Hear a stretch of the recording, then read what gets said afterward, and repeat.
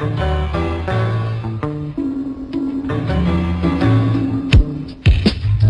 forefathers worked the fields in burning sun, they sweat and strain.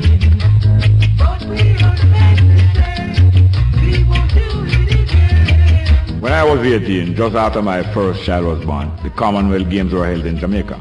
World records were broken. Now 48 years later, my grandson is here, 18 years old. He is entering the third stage of education. Jamaicans of Josh's age group are doing great things at the Commonwealth Games. But it's time to eject the ruling family of Britain and outlaw any ruling class in Jamaica. So over to you now, Josh. I'm just looking forward to entering a new stage in my life, and hopefully I can spend some more time at the show where I can get advice from some other people who have been through the same things that I'm about to go through now. Well, thanks. I'm so glad you'll be here at the University of the West Indies. Straight up, News Talk 93 FM. I'm Jerry Small. I've got no alternative in a Babylon.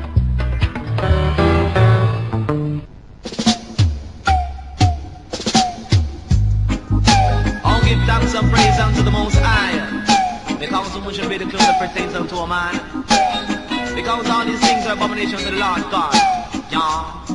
Cause every day the girls dress up in her trousers. I say, what happened to your skirts and blouses? Why can't I man see you in your dresses? Cause these things unto Jaja and pleases. And every day them a worship vanities. And your greatest lust is jewelries. Mind ya lick you with diseases. Hey, mind ya lick you with diseases. I said the most dangerous diseases. I said the most dangerous diseases. Attacking like the elephantitis. The poliomyelitis. Arthritis and the one diabetes.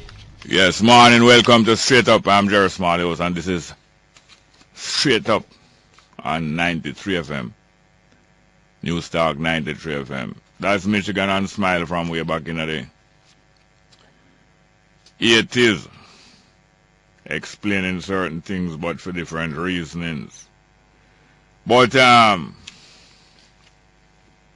kind of diseases, both bodily and mental, spreading. Like 15 man pan a dead man casket and yo a baclarum, you know the pirate anthem there. Here a man a ball out pan news last night, say him counselor not giving enough liquor to the 9 night when the relative them dead. That's the kind of thing where you hear people are talk about. That's the kind of thing where them a look for. Then now Mario Dean family and funeral. It being almost them family and the funeral and the whole incident almost being infested by all different kind of plagues. All kind of plague. It is understood that the funeral home, I don't know why they call it home, funeral home, that's supposed to be handling the funeral there now. If them get the right money, them get enough money. Reject the donation of a casket. You know, coffin, the pretty and expensive form of coffin, casket. Reject the donation of a casket and the use of a hearse belonging to another so-called funeral home. So them not going to allow those products to be mixed in with their event planning. Not going to make those products be mixed in with their event planning. So it is like one of them sponsorship party when you have liquor gets so expensive that the alcohol companies are donating a lot of drinks to these sponsorship parties, and you go there and you get drinks free, or you get drinks for a certain lower price and all them kind of way. They come like a sponsorship party where you're not going to allow other brands.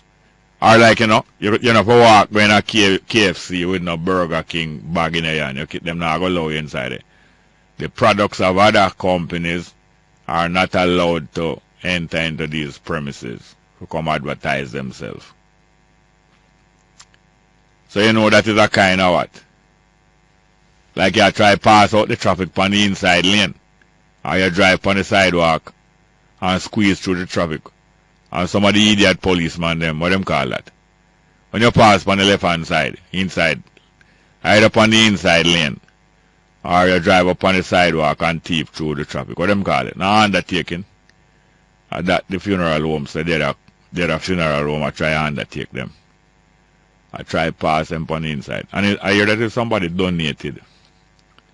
I heard that is a successful artist in the music industry donate the casket and pay for that hearse, nicer looking hearse. So that's going to show up the principal sponsor, you know, the main sponsor. That's going to show up the main sponsor. Well, not even sponsor, because the funeral, so-called funeral home supposed to be getting paid, it's not a sponsor. So the branding of the other company hearse and the other company casket going to show up the other one and going to steal some of the spotlight and some of the thunder. It's almost like the JLP and the PNP. And I understand that one of the reasons why this artist donate these things, and he asks, I don't know if it's a male, the person asks especially not to be identified. They don't want to show up themselves and advertise themselves, so them withhold them identity. Saying that the reason why them donate that special hearse because, and that casket, or the whole arrangement, is because them claims that the family don't want an open air casket, you know, one of the convertible casket. You know, convertible. Like convertible car where you can look in upon the deceased. And it's a kind of bashment arrangement. Talking about vehicle. The other day, remember we saw some police vehicle? Some police vehicles,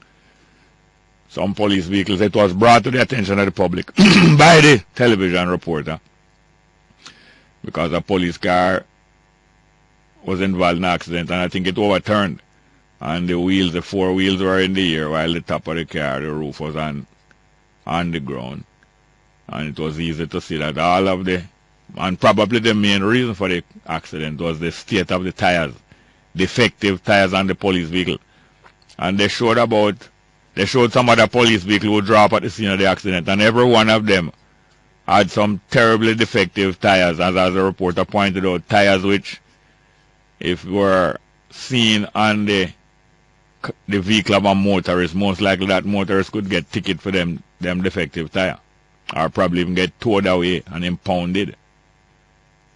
And yet, about 4 of the police vehicles on the scene, all of them was in the same state of defective tires which can cost life. And them even show you some other place. And some other police cars, and all of the police cars them.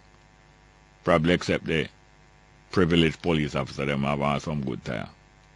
And some of them tire look like say if one of them chicken go mosquito bite them. Every ball joint pan that the car would have in a pain, some severe pain, and that the car couldn't use again. You know what I mean? The worst symptom them say of the chicken go is the joint pains. All the ball joint and front end and control no good again. If them tired it get you. Because you know traditionally Jamaicans say your tire so bald that if a mosquito bite you, it would have blow out.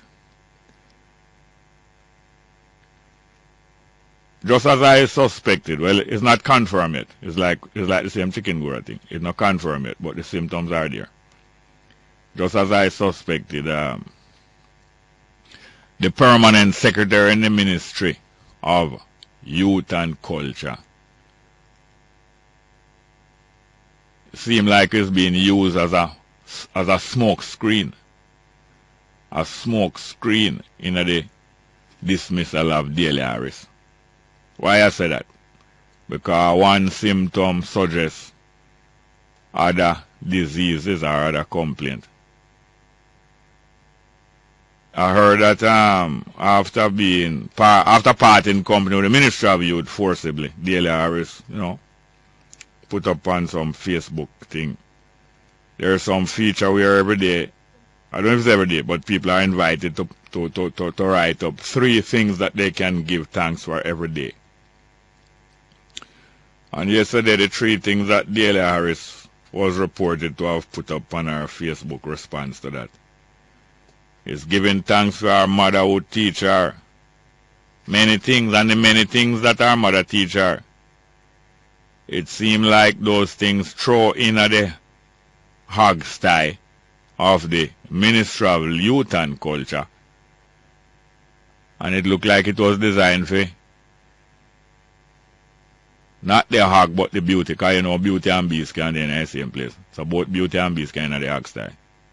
Or even some of the female hog can be very good looking. Otherwise, you know, say, you wouldn't have so much piglet about because the attractiveness of the female is one of the main thing that propagate the species. But all of the 3 things that Delia Harris point out that make her feel to give thanks was referring to say, well then, it's not beauty and good looks and status is the greatest things, because many people are beautiful, them nasty inside and them wicked and all kind of thing. And it just seems as if it wasn't aimed at the permanent secretary. All of those comments seem like they was aimed at the minister. All of the comments was referring to beauty being superficial and not everything and true beauty is from inside. And a lot of great things that Delia Harris mother teach her, that don't bother look upon the outward beauty of certain other people, because they're not beautiful inside, and so on and so forth. So tell me if you got the same impression from those 3 things that Delia Harris posted that make her feel to give thanks, especially yesterday after such a disruptive experience of being fired and it being publicly broadcast and advertised so much. And I'm a permanent secretary, man. Not no permanent secretary. They must have put permanent secretary up front. You know, upstairs permanent secretary have to take the heat more time. But that's how it go. All he criticized here, we criticize police all the while. It's not to get pleasure, because just as I look on the TV, same way when I go to the police station and various places, even when you look at the police cars, you see that police work under some terrible conditions. Most police, most of the time, work under some terrible conditions that not going to encourage you to treat other people nice. When you work under them terrible conditions, it's not surprising when you tend not to treat other people good. You have some industries where it is traditional, where workers are not treated well at all. Like the garment industry over the years and over the world, it is almost traditional that in the garment industry people are not treated well, under the worst conditions. That's why I'm calling them sweatshop, you know. That's why them call it sweatshop, and we work under some very good condition, because Miss Maureen just bring some coffee, come give me that. Thank you very much. Yeah, man, so you have some industries where people are not treated very well, like, and they are used as an example. You know, yeah, like as they said, they would use the word sweatshop. Sweatshop usually refer to the garment industry where people are crammed up into some hot spaces. Only for them in a closed space are so close, and for the smallest amount of money, some of them forced labor. So you call that sweatshop. You have a sweatshop, but the garment industry is, I think, is the classical, the most commonly referred to sweatshop. And you have other industry, even in media. In many media houses over the centuries, especially in newspapers and the early forms of communication media, there's a lot of shortage of respectful treatment of one another that persists over the decades and over the centuries. Till after a while it become almost a tradition. So you find that a lot of people, a lot of infighting in places like these, because the superiors frequently don't treat the subordinates well. Sometimes the subordinates don't treat one another well also. And so it is with the police force. I mean, things like that have improved in many media houses in many parts of the world. So it's not as bad as one time. But it's just as terrible. If you ever know some things are going on inside of the media houses of all the United States and England and them places, especially America. All them pretty people is in front of the TV camera and hear upon the radio, especially TV. Some terrible fighting and backbiting and wickedness that going behind them, between them. You wouldn't believe yet if you are familiar with the scene, especially in America, you know, so it's a terrible scene. And so it is like in the police force, the conditions that them work under, some of them very terrible, and so therefore it is not surprising when they see them might treat one another bad and treat the public worse, and especially if the public is being held in custody or being apprehended or being advertised as wanted as wrongdoers. Even when you look on the TV last night and see all police station, the conditions where the police are working under. In one police station we were showing a boat inside of the police station catching water that coming through the roof. Otherwise the policeman them could have drawn off our washway.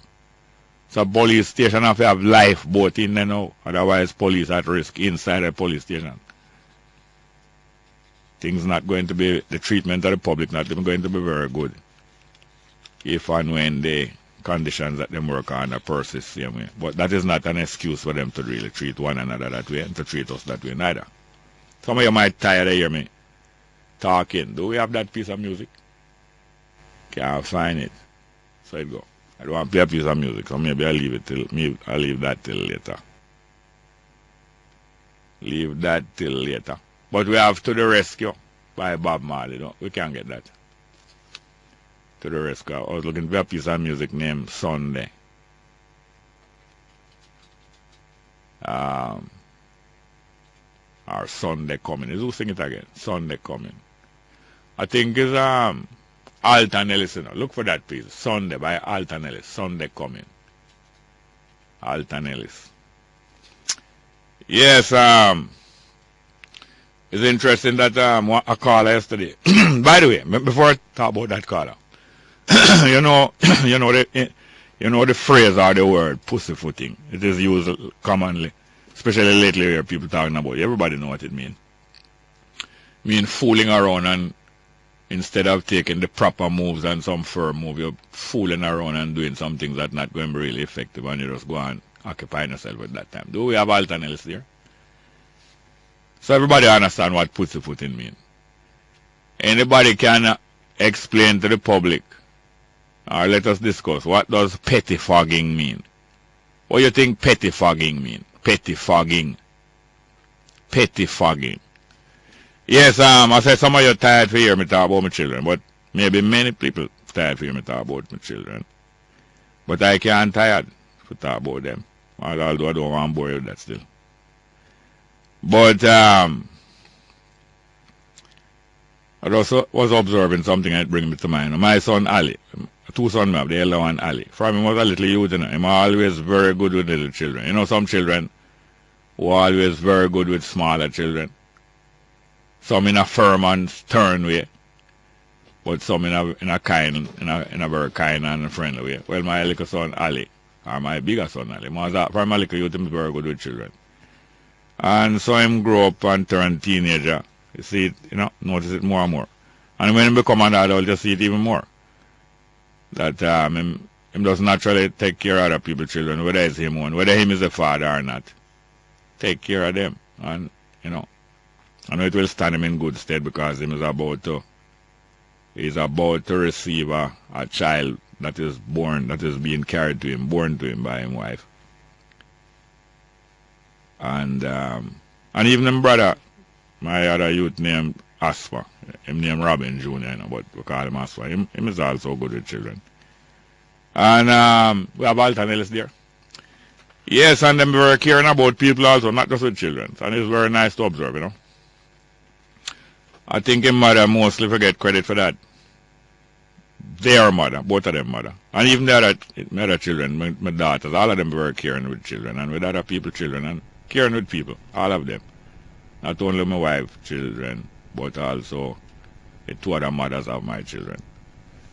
So this can go for both of them, but especially for Sandra Small, who them get this caring kind of natural tendency from. And our birthday will be Sunday, and we don't having a broadcast on Sunday. Your birthday too. It is also the birthday of Shoshana Daly. I never know that. I think she told me one time, But I shouldn't be surprised anyway. Their birthday is on Sunday, so we're going to play this piece of music for them because we don't have a program Sunday. And we don't want to play it Monday. This one is from Alton Ellis. Named Sunday Coming. Straight up. To Sandra White and Shoshana Daly.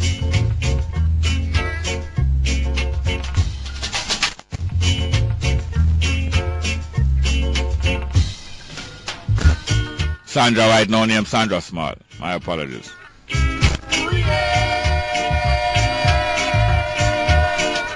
Sunday's coming, coming. Better get the rice and peas. Better get the fresh beef.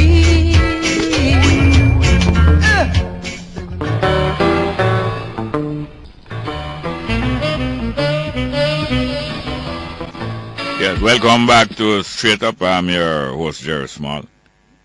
And I just want to help out with a public service announcement just before I take a phone call.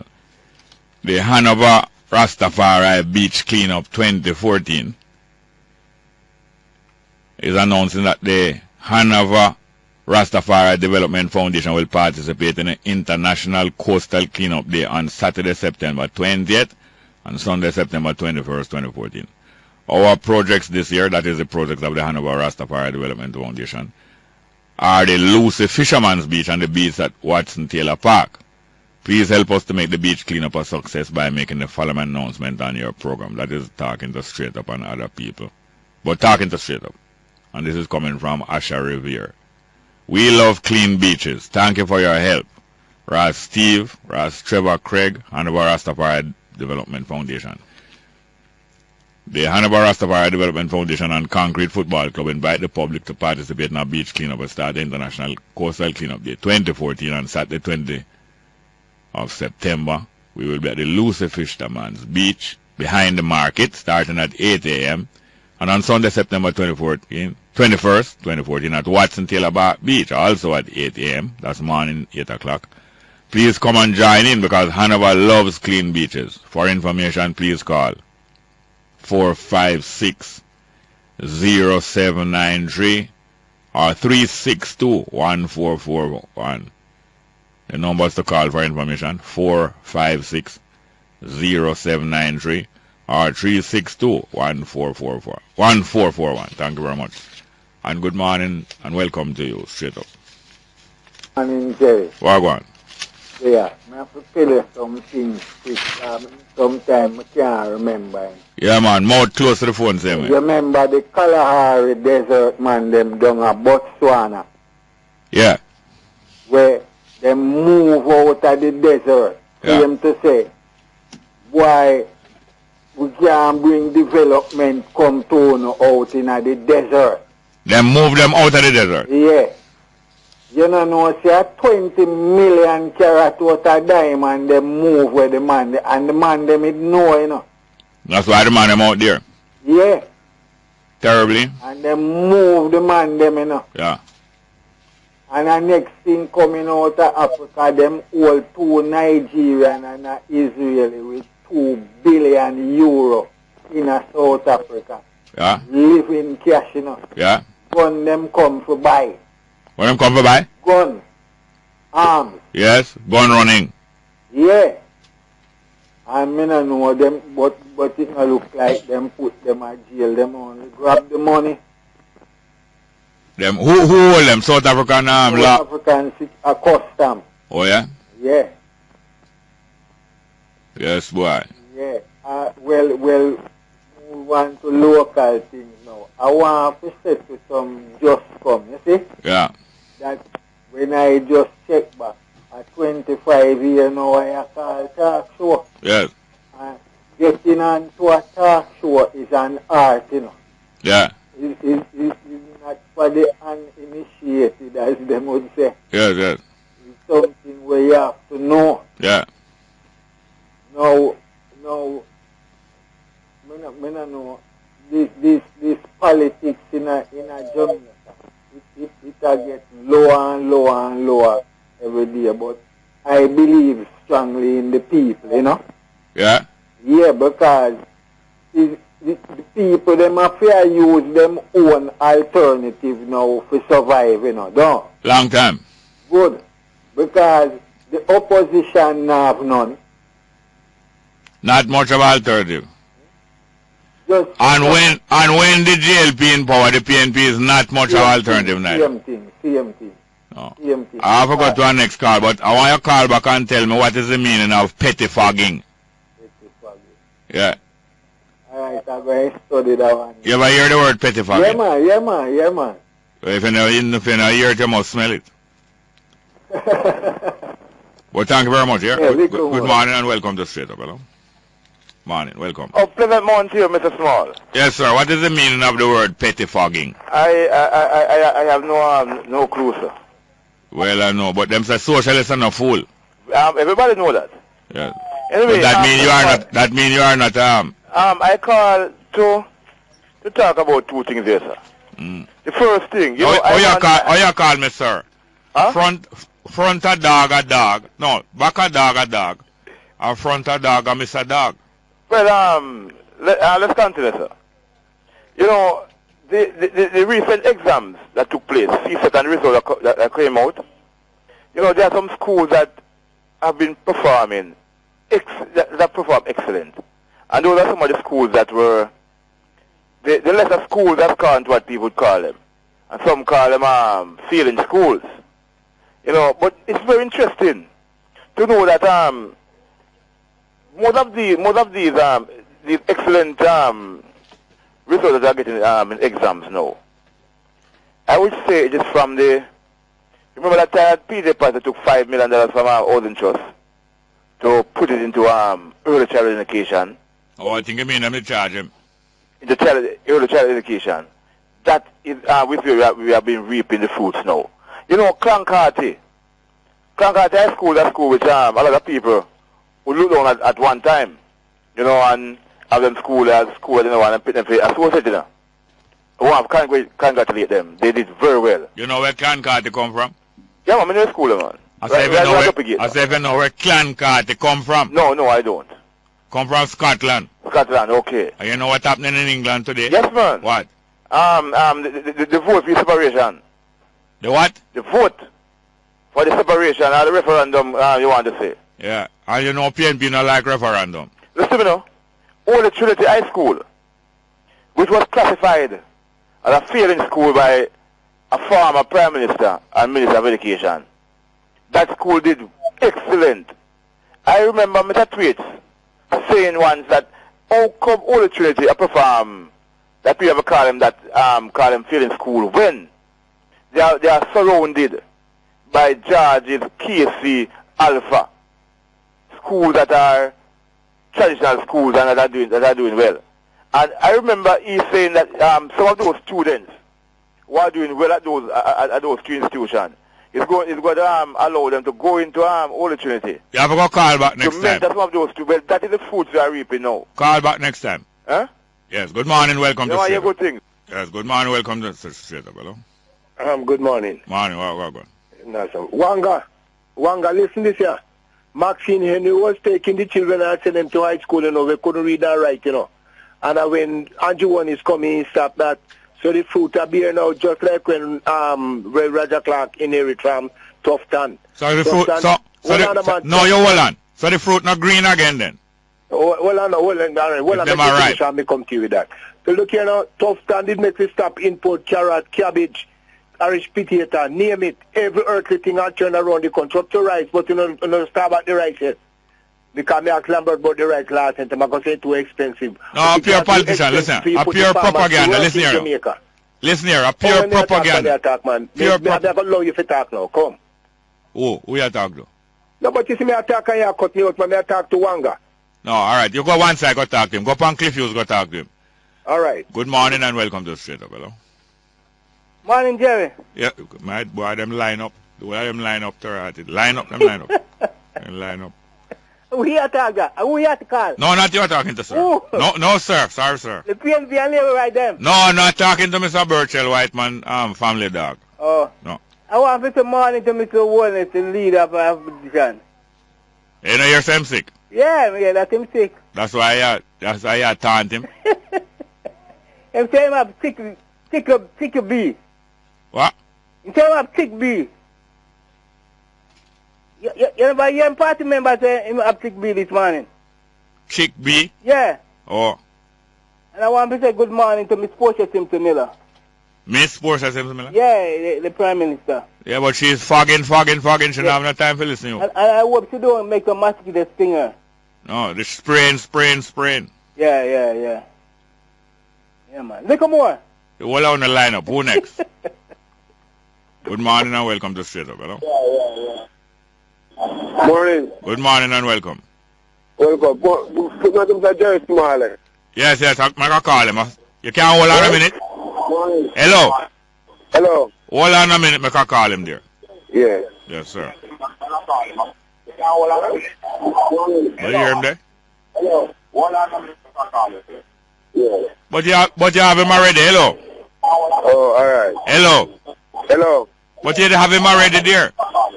Eh? You had him here, you must talking there a while ago.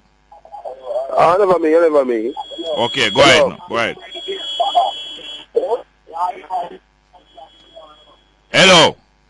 Is it a studio here? No. But are you old for talking there? Call him in program. Yes, sir. Go ahead now, sir. That's small? Yes, sir. Morning, dear, sir. Yes, sir. What the people call and tell about politics? Yeah. Why don't I hear them? Why don't I hear them? Eh. No, the whole of them line up or come in a line. It's a long line. I big up for them so tough that every boy I I'm so tough than do a good job and left and the people that come and write for that. I'm so tough than right like the one the book cassava. Is you saw on TV last night? No. At the first time I call the program, I listen to your program every day. That's good. What part of Jamaica? Kingston. Yeah. So you say I don't like to hear the people who call and talk about politics? Yeah, because they have to hear the car. Some of the people, some of them are even here but not paid, you know. True. Some of them don't like where you are going. Yes, it's true. You understand? So they have to big up who listen to do a good job. Yeah. But your voice sound good though. Yeah, because I play a program, listen to people comments. Yes. And this is the first time you call? Yeah, the first time I call, but I listen. Yeah, but you're listening now too. Yeah, I listen. You're going to listen to rebroadcast. You're going to listen to rebroadcast too? Yeah. You sound good, you know? Yeah, man. All right. You live there near Boa Bank? No, I'm not living near the Boa Bank, man. I'm living at Kingston 19. Kingston 19. All right. I used to live in that area too. Yeah. All right. Thank you very much, here, sir. Yeah, well, you do. Yeah, let's go for a break. Straight up. Yeah, good morning and welcome back to Straight Up. Good morning, sir. Yes, sir. How are you doing? Yeah, man. I'm catch you at a bad time, man, but yeah. No. But that was. And it's exactly that I was yeah. Yes, sir. Yes, man. I know that going on because, man, you know. Yeah. Yes. Hey, look here, Jerry. Yeah. This petty fogging that you're talking about. Yeah. Petty means less importance, you know. Yes. Good. And the fogging, well, them shrouding us in the fog. Yes. You know, that's what I'm understanding of it. Yeah, so they're blowing smoke up where? Yes. Because you know, fog, usually come in the middle day and a bright sun. They come like on the evening time. So they're blowing smoke up where this petty blowing up smoke up where the sun don't shine. Exactly. That is what they're doing. That's what you're really trying to get across to the people. Yes. Mario Dean. Yeah. No, why if this good DJ, whoever is doing it, I big him up. It's going to remain anonymous, right? Why if this gentleman decided to do done anything? Why this funeral home refusing to do this, and the family is in so much grief? Well, I think that maybe it is because the other funeral home from which these supplies come, will probably get some of the credit and advertisement when people see the coffin, see the casket and see their hearse and so on. Okay. You know, and you know them kind of way there? Yes. But I mean, that shouldn't be really a problem if them, you know, because they're well-established place and so on and things like that. You know? How you know it's a well-established place? No, if it is a well-established place, I'm just assuming. On the other hand, now, yes. If you hire my sound to play at a dance, yeah, and if you hire in the sound, that means you hire the box and the amp and the record player, the CD player, the computer. Yeah. And if I go and bring the music and select the music and I go and MC the show, I might charge you more. Okay.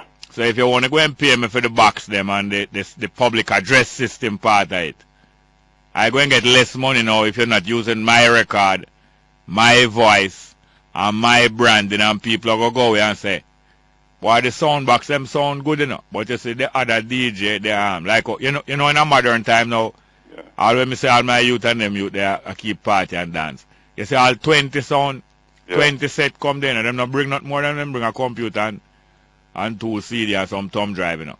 Okay. You know, the whole time you see man a string up box and hold per truckload of box and them with it. So the person who bring the selection of music might get more credit than the person who supply the box them. And it's less money. So if you bring your casket, come on your hearse. Yeah. My funeral, I'm going to collect less money because I use my hearse. And I use my box them. So probably less money and more credit to you. Yeah, but I mean, circumstances and so on still. I mean, you thought them could work or something still, man. Yes, but I was in that position. Yeah, but you know some good gesture. Yes. Yes. You know how some people stay. I can't tell them what to do. Yeah, we can't really tell them what to do, you know what I mean? Is it did I hear accurately when I heard the artist or the person who donate those supplies say that the family especially did want a see-through casket, a see-through hearse? Yes. Especially want that. Yes, I heard that. Yeah. You know? Look at now. Yes. I tell you, say. Yes, Uncle.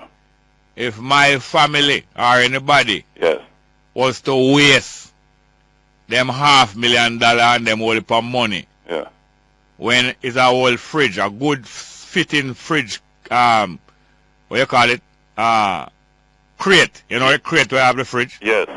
You find one of the crate where we carry one of the slim fridge, not one of the fat fridge, you know, with the 2-door. Yeah. Find one of the 1-door fridge crate where it's tall enough. Yeah. And if you can put me in a that or something little more expensive than that and go pair me and go cover it over with dirt. And not pay no whole for money for the dirt, you know. Yeah. Not go bother buy no gold dust to cover my crate.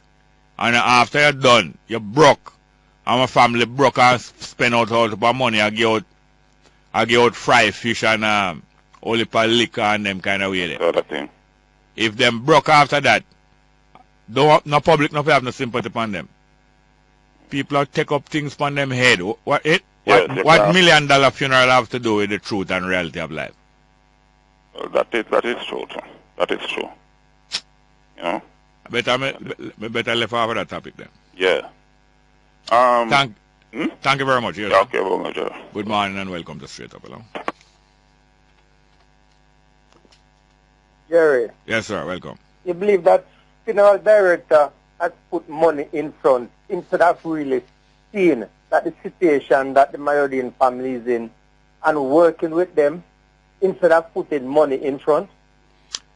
Well, if the person get the business first, and then afterward people come in to bring in their product and get advertisement of it, I know them will feel away. Well, I'm not going to really put myself in them space. The whole problem come when people start to build up funeral and build up wedding into what it was not intended to be. Building up wedding into what it was not supposed to be. People keep waiting and them build it up for show off. And people are rent all kind of thing for making wedding look good. I better live off it because people going to believe like me. This is not the case, Jerry. The person don't need because I want the youth to look good. You want the youth to look good? Mario Dean is not in the dead house. Maria Dean body is in the dead house. That is not the youth. I mean, all the youth look good. Funeral can make people look good. Are we stupid or what? Funeral. Jerry, Funeral can make people look good. Jerry, the man donate a casket. Listen here, what you just said about one Maria Dean look good. No, me emphasize on that now, Jerry. No, but you said that and that's what you mean. Direction. And you believe like the funeral can make Maria Dean look good. And it does. The youth get a casket, Jerry, and I believe the youth get a casket. The youth has lived his life. That is not Mario Dean, what them go and bury few days to come. That's not Mario Dean. That's the remains of Mario Dean. You know, we are going to have a topic though, Jerry. I don't want to go to the cemetery. Yeah, we are going to have a topic, Jerry. The main issue is this funeral director that have the body of Mario Dean has missed the boat. He has certainly missed the boat. And if money is all... Imagine now, we are here. Sorry for the family. Imagine here now, we are here debating over casket and funeral making people look... We are not debating over nothing, Jerry. I'm just talking about how uncaring this man is. A woman, whosoever. It's not the man, it's not the man alone, you know. It's not the man alone, and it's not the two funeral director who is competing. It's the majority of the society is in an idiot frame of mind, feeling that funeral and wedding can make things look good. That is not good. I believe you are taking it to a different direction. I have to express my opinion. If this is my opinion about the situation, I have to express it. If I lose some friends... I sound disappointed though. You sound disappointed? Yes, I really sound disappointed, you know, the way you take it. You are disappointed? That yes, the way you put it, I'm disappointed. Yes, because I know that a lot of Jamaicans and people around the world take nice funeral to make things look good and nice wedding to make things look like love is there, where there's no love. Even in the Bible, you are advised that a wide house and a whole heap of goods in there with a brawling woman is not as good as a simple little cottage and love therein. You don't understand me? Let's ask you this question. Yes, sir. Do you believe the funeral director should cooperate with the family, knowing the situation that the family is in, instead of taking... Well, hear what the Jesus did say now. When the Jesus... From the time of Jesus, them kind of thing are going, you know. And a youth who was involved in the whole things there, did hear the better work that him was about and said to him, say, you know, say, I would have like, come with you, come do some of this work, you know. But you leave in Monday, and my family have the funeral for my brother Tuesday. But I will want to go with you, but you live in Monday. Could you delay your departure on the missionary journey till Wednesday, Jesus? And Jesus said to him, say, yeah, hear me now. If you want to come with me and come help, look about the living. That no more Mario Dean dead in a lockup. Come and make we leave Monday. And make those other people who want to look good funeral stay and carry out the funeral Wednesday. Tuesday, that we not for the part Wednesday. Make up your mind whether you want to come help. Make no more that Mario Dean dead. Or if you want to go a funeral, go profile. In your tuxedo. And with your price tag still on for your collar, when video light take it your wallet up and show people. Let's go to the next phone call. Fox no feel now here. Yeah, all right. Thank you very much. Good morning and welcome to Straight Up. Hello. Good morning, Mr. Small. Welcome. Yeah, man. You said pettifogging, right? Pettifogging. What is it about? Some dishonesty thing or some unethical business in some form of significant matter. Something maybe small. Maybe small. Like you want to hold down the figures, them small. Small, yeah. When the situation large. Or like large, yeah. We should have played Lieutenant Stitchy wear your size. Yeah, man. That'd be a good song to play. Yes, man. Stitchy did buy her shoes for a lady. Him did buy it? No, him did see a lady. I think him did see a lady and like her. And she walk and squinch and the walk. It look nice and windish and nice. But him never know, say, is the shoes a squeeze or him think her waist. Him think her waist active. Real. Well, we're there in St. Elizabeth, you know, I love the show every day when they were tuning to it, you know. I'm so glad. I hope you and the boss don't get no problem through you listen. You're whistling all right. My boss love you too, man, I lie. All true. What part of St. Elizabeth? All right, respect. Which part of St. Elizabeth? Black River. Yeah, thank you very much. Yes, sir. Yeah, man, cool. All right, pettifogging is true. All right, Mr. Smart. Yes, thank you very much. We can take one more call before the news. Good morning and welcome to Straight Up. Hello. Good morning, welcome. Straight Up. Hello. Young girl, we are your size. I tell you. Indeed, brother Jerry. Up your St. Elizabeth now. It was a line of propaganda that's coming down. I know. Now it changed too. A breath of fresh air. Yes, sir. A new surge of moisture come ashore. Yes, but you don't have that much amount of time. Oh, that's what you mean. All right, but run that one there. Extraordinary things on the international scene. Yeah. I get a brother Jerry that the Prime Minister for Thailand has apologized after remarking that it is unsafe for tourists to wear bikini. Oh, yeah? Unless they are very unattractive. Yeah? Why? Some shock. Unfortunately, there have been some incidents, fatal incidents too, wow. where visitors have been abducted and killed. Yeah. Coincidentally, a number of them were in bikini. Oh, yeah? So in plain Jamaican language, him did try to say, if you're ugly, you can't wear it. Yes. But if you look hot, don't run with it. Yeah, boy. I see the news and you have two more for you, little more. Yeah. Indeed. We have another one. Yes, my apologies. I'm not trying to hurt anybody, especially the Dean family. Not trying to hurt anybody, especially the Dean family.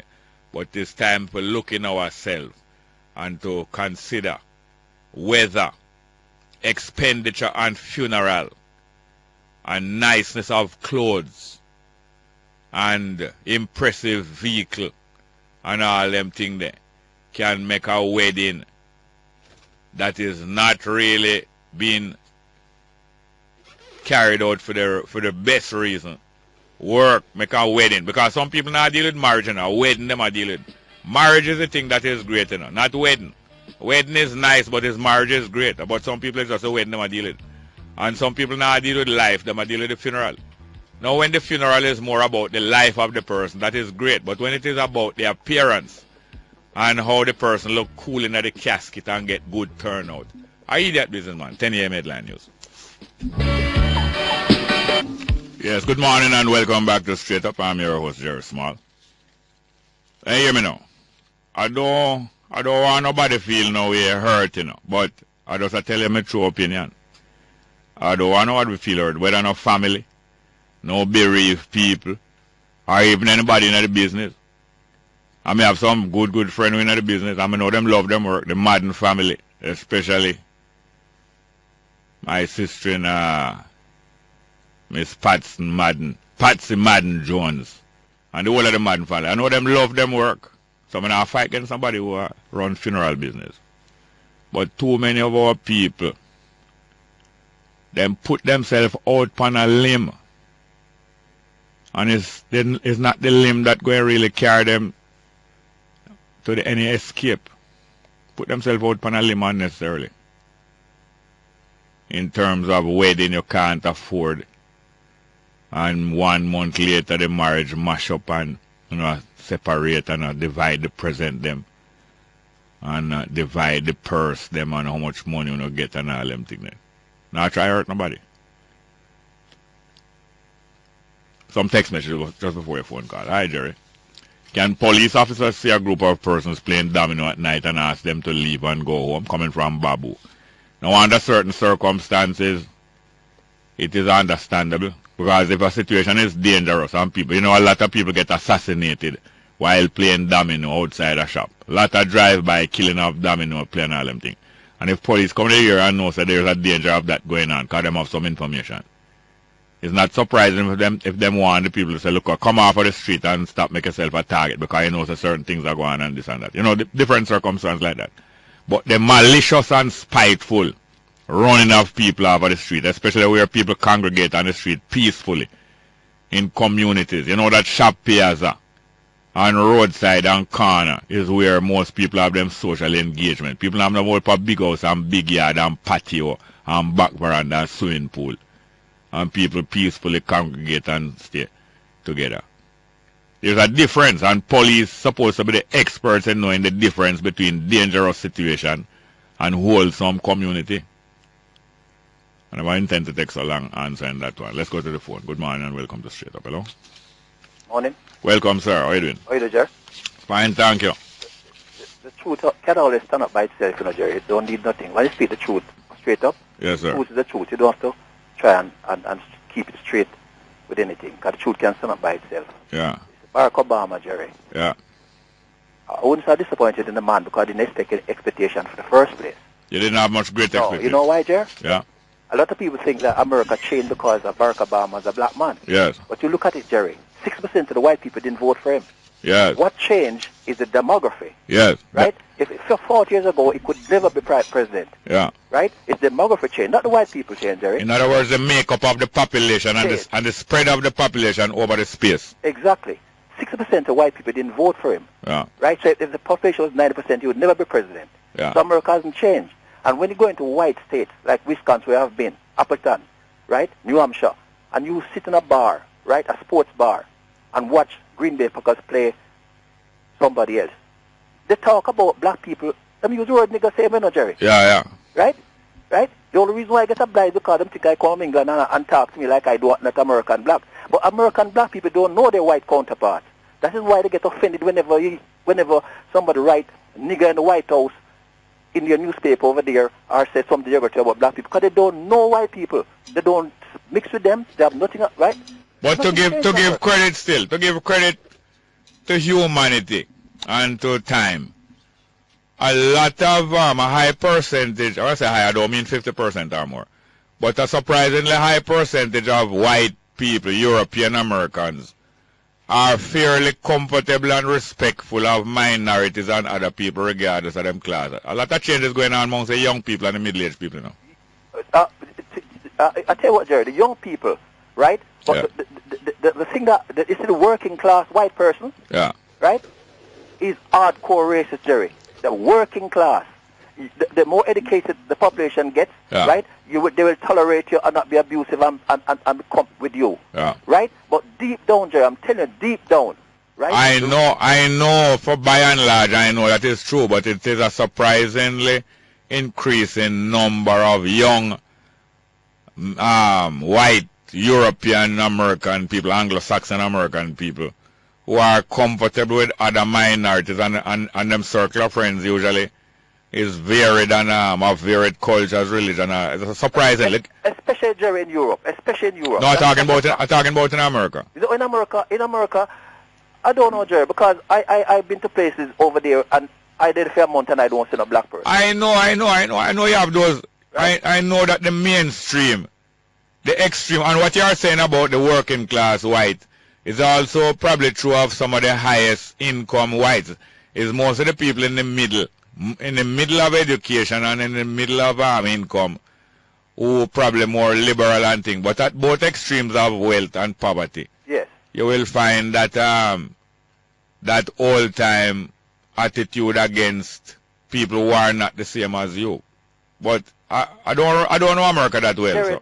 Jerry, Barack Obama, you see, since he became president, every year it is prerogative to choose 22 countries that, when coming to drugs, producing or transportation, yeah, is a threat to America, right? And every year that man put Jamaica on that list. That's his list. That's not like somebody said, oh, President Obama, right, I've got the prerogative, right, to choose countries that it deems to be transportation or producing. Yeah, and I'm not surprised about that. But right, we need some more time for going on that some more. But I'll tell you about it tomorrow. Yeah, interesting topic. All right. Well, it's a jolly good show. Him gone. Me ask me if the show alright still, straight up alright. I mean, well, want to use up little English accent for him, you know. Golly, why not? I talk about golly good show. Jolly good show, eh? What? Hey, what? Well, I mean, I don't know the English thing good enough. But, you know, the next thing, the word for parts of your body. In English, the word for parts of your body. Penis and vagina. Those words are perfectly acceptable on radio. Then why them outlaw patwa? Like how them outlaw ganja? You dare not use the patwa word for penis or for vagina. Those are illegal. You see say earth no level? You see say donkey an idiot though. Donkey no fool, you know. You think only socialists are no fool? Donkey no fool. Good morning, welcome to Strip. Yes, Jerry, time caught up on us earlier on. What? I see FIFA has found itself in a pickle of a predicament. FIFA, FIFA? Indeed. Yeah. I get a brother, Jerry, that a number of officials who made it to Brazil they are investigating if they had breached the code of ethics. You mean in reaching, the method of reaching? No, well, what happened when they arrive over there in Brazil for the World Cup? Oh, things what them do? A luxury Swiss brand by the name of Parmigiani or whatever offered them some goodies, yeah, which include a number of watches cost $25,000 each. Yeah, to do what? Well... So just to wear them? Yeah, just to wear because them. sometimes if you are a big official and you wear something, you head advertised, you know. Yes, what you remember Johan Blake, what name? What Blake him name again? The Beast? Yes, man. What first name? Johan. Johan Blake, you get a big watch there. Yes. You get pay for all, you get the watch and you get pay for wear it, you know. What did Dickens say to me? Well, the representative from USA, Australia, and Jordan, yeah, them give back the watches immediately. Immediately when what? Immediately when what? So immediately when it was offered or when the news come out? No, when it was offered. Yeah. So right now, they are investigating to see if they had breached the code of ethics. Yeah. I gather that a man down there in Trinidad is from Ireland. A man? Yes, a certain man in Trinidad. You ever hear about Jack and the Beanstalk? Indeed. You ever hear about FIFA 4 from? Seriously? You talk about FIFA? I gather that this has bring back memories to him. Yeah. And he's laughing heartily. Yeah? Yeah, man. Finally, Jerry. Boy, look like some of the youth them a copy some of the things them in the movie nowadays, eh? Long time them a copy. Can you imagine 3 men launch a deer in daylight robbery on a bank in St. Elizabeth yesterday? Yeah, in St. Elizabeth, Jamaica? Yes, and they use a certain vehicle with a certain logo of a certain company that normally do transfer of money from places to places. Oh, yes, sir. Yes, man. As a matter of fact, the company has come out and said they had nothing to do with this. Yeah. And it's decided that they choose to use their logo. Yes, yes. But you know them do the thing to make the thing look. Okay, make it look real. Indeed. And for make a traffic part and get them away. I gather that they made away with 3 million. Yeah. I wonder if they're smiling all the way from her to the bank. Yes, well, all right. From her to the bank. Yes, sir. We soon know. Thank you very much, yeah? Very interesting indeed. It's true. We have another call there. More. Yes, sir. We have some more text messages. Good morning, Bongo Jerry. Have you heard about the MP from St. Mary that submit some phantom dummy company to the CDF committee to execute works in his area, then change the submission to ensure that the paperwork match up? Is this action a moral integrity issue or an issue of corruption? It seems both three, not only moral integrity, that's one, an issue of corruption too, but it also seems like a criminal issue. And I don't have nothing personal against Jolian or Joylan Sylvia. Matter of fact, I think I should change him name by deed poll and make it Joyland more than Jolian. But it's not my business still. Next one. Jerry, is it true that the Derg is more dangerous than... Oh, dengue. I think I mean Derg. That dengue is more dangerous than var, or if it's just propaganda. Dengue. Now, from what I hear of the chicken gora, it sounds more dangerous than the dengue that it resembles. Because some people who pass through it tell me that the pain, especially the neck pain, is a more serious pain I've ever experienced. Let's go to a phone call. We have any calls there? Good morning and welcome to Straight Up. Hello. Good morning. Hey, how you doing, ma'am? All is well. I heard a man was talking about that book that you wrote about them releasing it. Yes, ma'am. About the lies and whatever. Yes. I did not say in the name of a man or in the name of a woman. I said in the name of Jesus Christ of Nazareth, Yeshua God, for them to release the book. Oh, because whichever door God opened, no man shut it. Yes, and when he shut a door, no man opened it. Yes, yes. In other words, have them read Obadiah 1:3. Yeah. And you know, so when I was a little boy, my brother usually call me Obadiah. It's all right. I trainer know. Well, you're probably act like him. Anyways, your topic today about the marriage and the death is very, very appropriate. Yes, ma'am. Because that is what is happening. I passed a funeral the other day. Well, I didn't go there, but I went there to meet somebody or something. And the way, I mean, the people are over. Well, I would say they're overdoing it, but that's the way it is. Come like a a funeral come like a grand gala. Yeah, of course it is. That is it. The ladies, the way they dress nowadays. I mean, I never see anybody dress that way to go to a funeral. Then call that drop dead fashion. Because I thought you were supposed to go to funeral to be kind of, I mean, to mourn, to sorrow for the people. But it's like they were going on the most important time of their life. You want a fertility dance. You know fertility dance, ma'am? Yeah, well, I don't know the fertility dance, but the skirt was way up.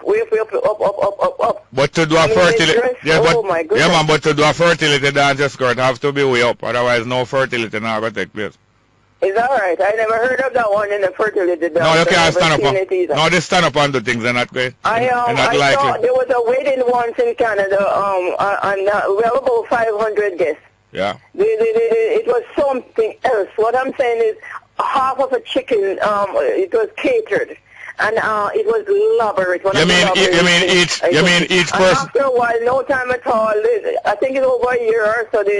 Those people had break up. The marriage break up. The marriage break up. Well, you say each one of the guests get half a chicken? No, I said each one of the guests take each one a half of a chicken. What is about half a chicken? It was catered. Yeah. What is about half a chicken? Hello, what you say about half a chicken, ma'am? Huh? What did it say about half chicken?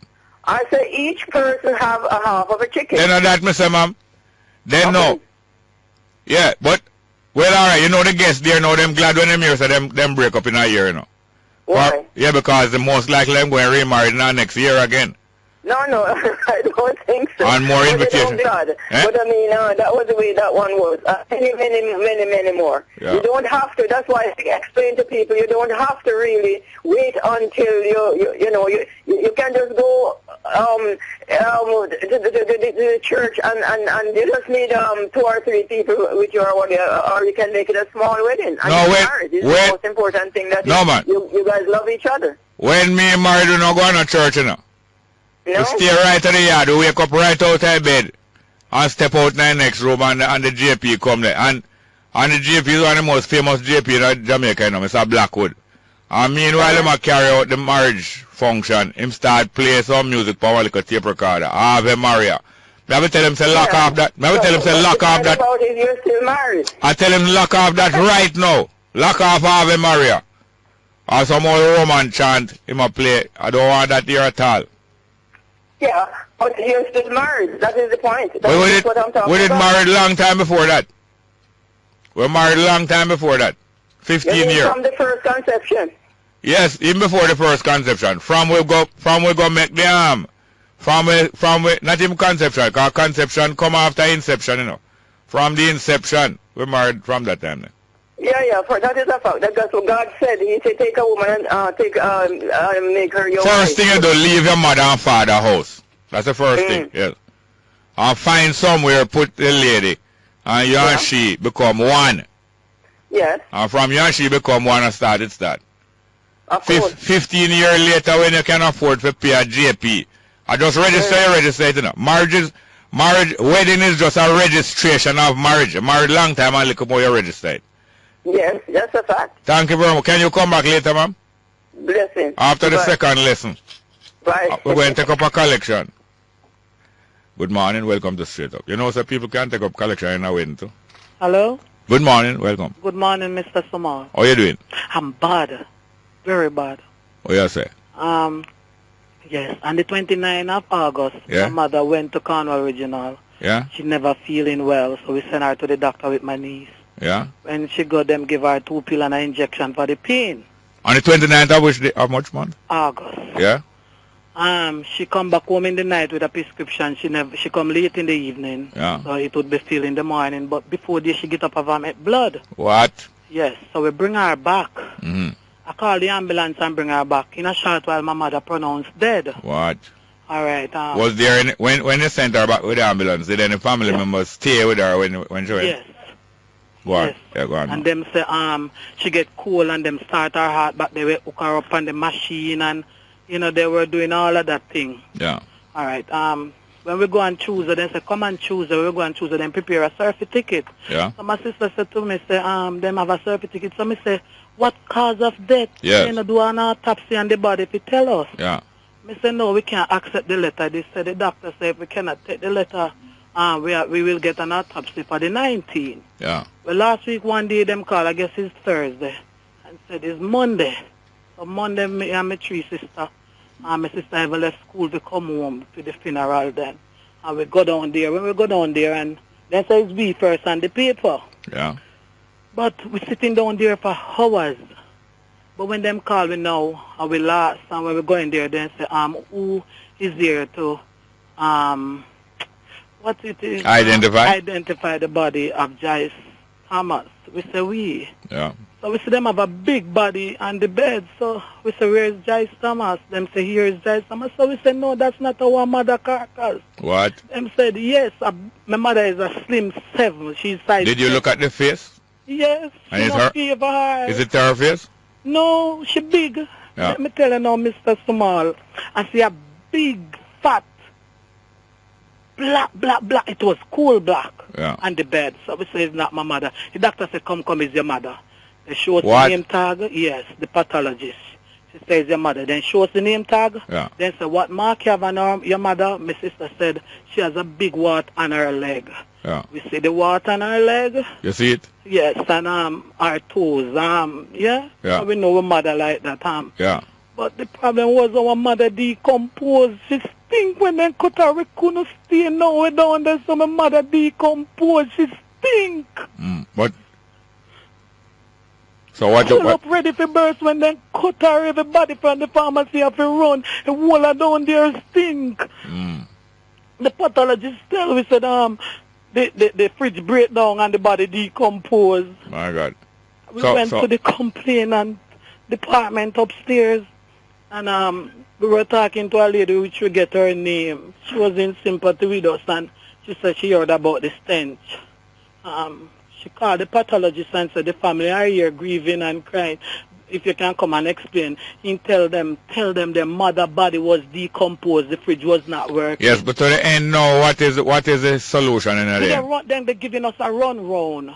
There is nobody. Everybody that we talk to is not in office. What you want? What more you want to know? Did they release the body to you? Yes, them released the body in spite of I told the doctor not to cut her. Yes. Because that's not our mother, because the carcass... No, but anyway, in the long run you did identify that is the mother though. With the water on her leg. Yes, and so the next move is what? Them give the funeral home that we choose the body. And you are on the way with that.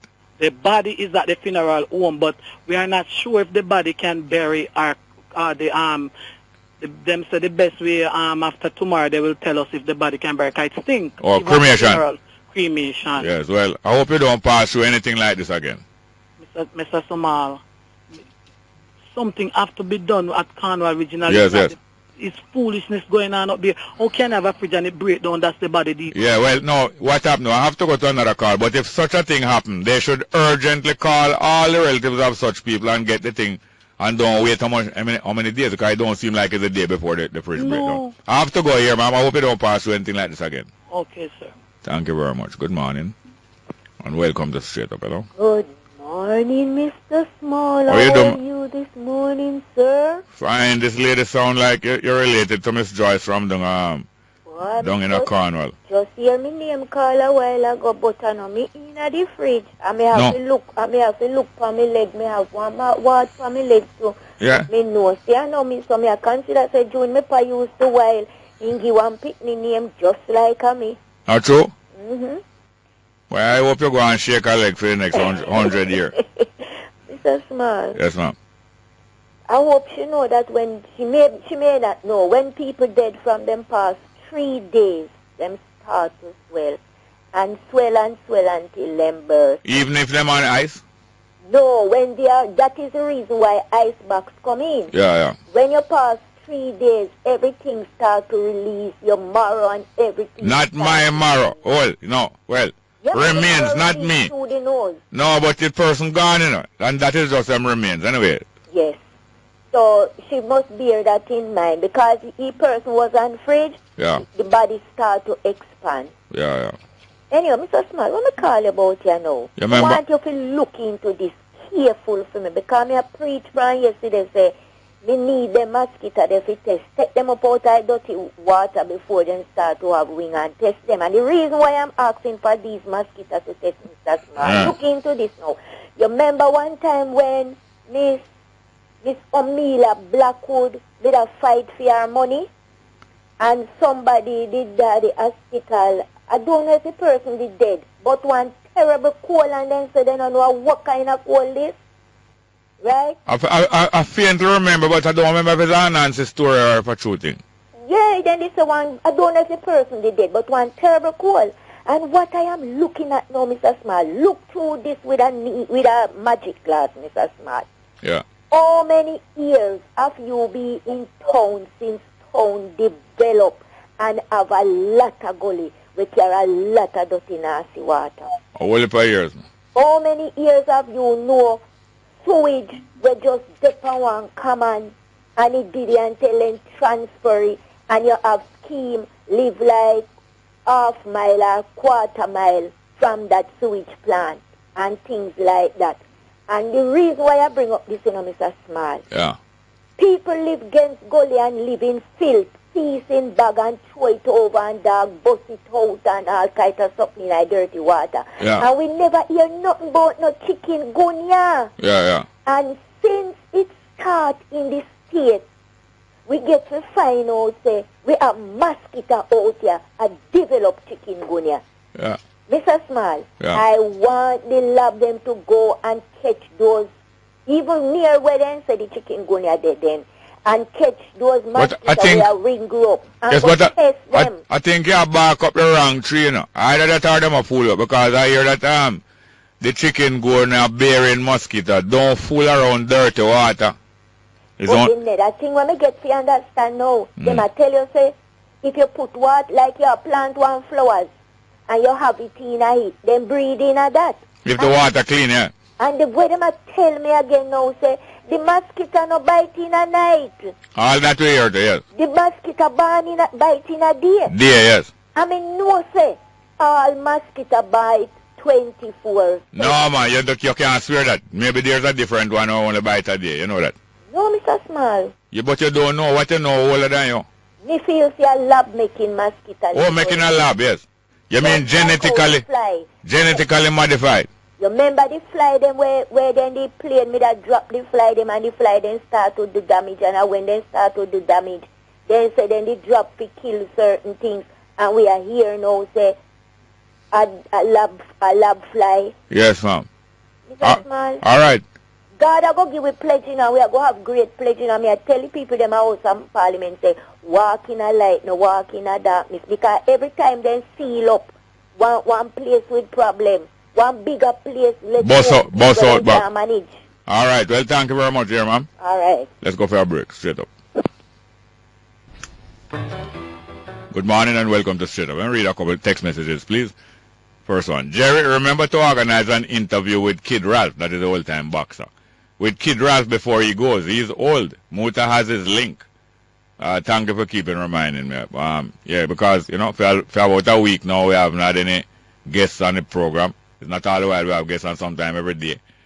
And as a caller call in yesterday and say, well, we need to be talking to with some of the thinking people in Jamaica. I hope him not mean thinking people like thinking too, you know. But yes, we really should be talking to some of the thinking people. Before them go. Next one, Garnett's petticoats are showing. He told Fresh Start that there's no alternative to the PNP. I bet he wouldn't go on Kabul's show with that kind of crap. He's a tribalist who pretends to be an independent voice. I've never been convinced that Garnett is really bright. He reminds me of Cartel, a lot of sound of fury that signifies nothing. That was Macbeth, or it was Julius Caesar. I think I'm Macbeth, you know. I know Macbeth up of Scotland, Macbeth come from, you know. Macbeth and him wife. That will be a working wife there. Next one, Jerry Kern gone, but Sylvia take up the Phantom Company business. Well, Sylvia, I can't go in a laundry business to car. I think Kerner I'll lick him finger out of a laundry business right now. Next one.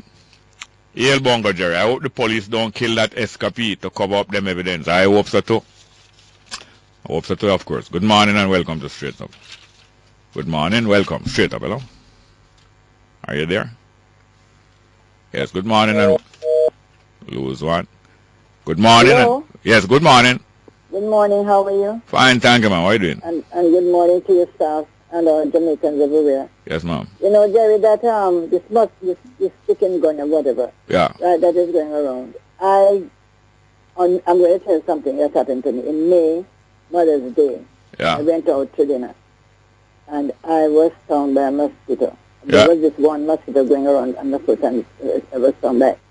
And I said to myself, how can I be by the sea and mosquito? Because, you know, how can you be what? Huh? How can you be what? Stung by a mosquito, and it's by the sea because... Oh, it was near sea. Sun fly bite on that mosquito. Is out Bull Bay way? Yeah. Bull Bay way? No, no, not Bull Bay, but in the east there, right? How me know? How me know say out the east? You don't know mosquitoes out there? Because out the east you have plenty swampland near to sea. Okay. And a couple of days after, I had this terrible headache. Yeah. And fever. Yeah. Now, I was saying to myself, did I get this thing from one of this food or whatever, because the food wasn't really good at all. The food that they got, it wasn't good at all. And I said, you know, so I said to myself, and then the pain. Yeah. Jerry, I had pain for, let me tell you something. Pain, I had so much pain all over my entire body. Yeah. I was thinking of going to the hospital, but I never went. You're thinking of that? I don't like taking pills, but I had some Panadine here, and I took you know, a couple of Panadine, not, you know. But the pain would not go away for about 2 months, you know. This pain everlasting pain. I said to myself, why am I having all this pain? I would use hot and cold. I use the hot thing, you know, the hot and cold thing. So sometimes I'd use the hot thing to ease the pain, put on the shoulder, put on the back, put all over myself. You know. So this chicken, whatever, it's been going on for some May. I know I contracted it, you know. Right? We have this here. Yeah. And then when I look at what is happening over in St. Thomas here, I can remember about a month or 2 months, so probably about that. Robertson, in his constituency, he was worried about the water that is being supplied in his constituency. Yeah. You understand what I mean? He did mention it, you know, he said that he's worried about the water, that the people's water wasn't clean enough, and he's worried about what might happen to the people over there. And I believe what is happening in St. Thomas at the schools now is due to the water. No, but them said that it's clean water chicken gonna use. Well, I mean, I know what's going on, but for the whole schools are coming down with that thing. Could be the water, even though they clear that. What you're saying? But anyway, I have to go now, but it look like Delano Steve Wright, him get vindicated like him get the winnings like him wasn't spreading propaganda now then. So what did he say? Delano Steve Wright, he was talking about the same chicken gun out in St. Thomas there. And the Minister of Health, who is the MP out there, who Delano Steve Wright, going after him seat. The Minister of Health coming like a doubt in Thomas, and South St. Thomas, him not believe it. But then now the chicken come home and roost at St. Thomas. Part of it is the water too. I believe I don't think it's airborne. I don't think it's an airborne thing. I think it's the dirty water that they've been supplying to people. All right. The drought, the severe drought that we're having. I think it's the dirty water also that's causing all some of these things. All right. Anyway, like once bitten, you're twice shied. You know where to try get it again, ma'am. Well, I hope I get it again, to tell you the truth, because that is... Is there a lucky thing in I'm not... Is there a lucky thing in I'm not joint in your head? Man, it's a taking my joints, man. I have to be wearing all kneecap and all them kind of thing, you know. All what? Kneecap, you know, kneecap, you know. Like you're a goalie, like you're a hockey goalie. Right. You did play hockey when you go to school, ma'am? No, I didn't. Oh, you eat hockey? Yeah. All right. Good morning. Right, thank you very much. Yeah. Good morning. Welcome to Straight Up. Hello? Yeah, yes, I am. How King Celestia, Celestapara, blessed morning, I You know, you're the caller saying why you're more thinking people call the program. Pronunciation, man. African cannot turn H Mr. Small, I told you already. Cannot do what? African people have to sound the H. Oh, yes. Yeah, man, that's why teachers don't start the youth, man, have to put your tongue behind the teeth and sound the H. Oh, the H, oh. Yeah, man, African people having a problem with that, man. The H, oh, yes, the H. Yeah, man. Hard to really pronounce, you know? Yes, yes. Because you have to line up your tongue behind the teeth and certain way, and most people have double row teeth and all kind of things. But me have less teeth now. And some of our less. So you know it go. But not teethless, you know. All over the place. Yeah, let's go. But matter of fact, hold on. Sorry. Sorry, sir. All right on the break. Let's go for the break. I will come back, please. All right, give time. Yes. Yes, sir. Hello. I don't know where I get that from. It's not any break. Are you there, sir? Yes. I don't know. It's not no break. I was wondering, do you come and say, just take the 10:30 break, man? I leg break, man. Yes, go ahead, sir. Sorry, go, man. Where's about funeral again? Yes, your reasoning about this man about the funeral thing is fact. It's just a hype people have with the funeral business, you know, Mr. Smart. I know. And this funeral hype come about with the dance them, you know. The dance them really started, you know. The dance them? Yes. Yeah? Yeah, man. And the dance them started with a funeral company with part, me not really see around again, you know. Yeah? Yeah, man. There was a company named Bright Light. I thought the light turned down low. It's not around again? You know, seems so bright again. Not around again, eh? Yeah, man. I don't know if it's around, but I'm really not seeing it. I'm normal used to see it on the highway. Yeah. It was the one who started the chariot business, man. Oh, when you see the casket go on and you see all some young ladies sit down for one seat front of the casket there. Right, and you always get some situ casket and all limousine there behind it and all them kind of thing there. Yeah? Yes, man, of them thing they go on, man. But it's a really U-turn this thing, you know, Mr. Small. Oh, yeah? But the funeral and the wedding, you know. Yeah. I never used to be like that. My mother died in 1997, you know, Mr. Small. Yeah? And all you know, we keep set up. Yeah. I know that poor people think. When rich man, they don't spend no money, you know, but as a poor man, the amount of money we spend, Mr. Small. Yeah. So we keep a thing right during the week, you know, and I never feel any way, you know. Yeah. Mr. Boy, man, a big man, and my mother dead, and I love her and thing, yes. Yes. And it's a way of comforting the family, get plenty people around and make the morning not so hard, you know. Right. So it make the thing easier for you. Yeah. Yes, I don't know, so it was the day of the funeral, you know. Yeah. The church is on a hilltop, like, so you can see the earth coming from down the road. Yeah. And I said, alright, all through the week, you know, but the day that the earth was coming with my mother, Mr. Small. Boy, it mournfully, man. And what a thing really shake me up. What? Not to say it's just she in the earth, you know. Yeah. But you know, so them time they have a long black earth. Yes. And the long black earth are coming on, Mr. Small, and you have shake me up. It can play one kind of organ, Mr. Small. Well, I don't feel the way I'm laughing, no. No, man, you can't laugh, man, because you can't laugh now. Yes, I see a certain organ is the earth coming. That's a organ, not the voice of the person. That's a organ. Yeah, man, the organ mournfully is like a dopey voice. Yes. So the organ and muffler come on, Mr. Man. Just as me hear the organ, believe me, I don't know what happened during the funeral, you know. Yeah. You bet you nothing is when they release them to go on the burial spot. That's the time I know myself. Yes. Yes, man, just by the organ. So we see nowadays people have all them private vehicles. Yeah. And them have contract with the federal home to draw the dead, you know. Yeah. You see Escalade and all them pretty vehicles, I draw them thing there. Yeah. You hear the most cartel, the most gully and thing a player go on, you know. It never used to be like that. You never keep up no gun salute to your mother funeral? No, sir, you're crazy, man. You couldn't even think about that. Oh. Because your mother... No, man. Your mother wasn't that bad? No, sir. No, sir. Humble smarty, man. Michael Manley popularized gun salute at funeral, you know. Sure. Yes, man, when Burry Boy dead, man, and when Michael talk, you know, when Michael talk, no dog, no bark. But a whole heap of gun shot back, though. Yeah? Yes, sir. Boy, I'm not telling you, man, the world really changing, Mr. Small, trust me. But you know, say socialists are no fool. No, them are no fool, man. Yeah, that me know, say I want to go no socialist. No? He might try, man. He might try? He might try, man. All right. Him so get the promotion still, you know. Yes. Yeah, man, him working for him own constituency, man. Yes. Yeah, so he ain't get a constituency. He might work with the sweet by and by. That's him get a good send-off like Roger. Right. Well, all right. Thank you very much. One thing the song always say, you know, Mr. Small, the song said, don't scatter roses when I'm gone, you know. Yes, scatter it now.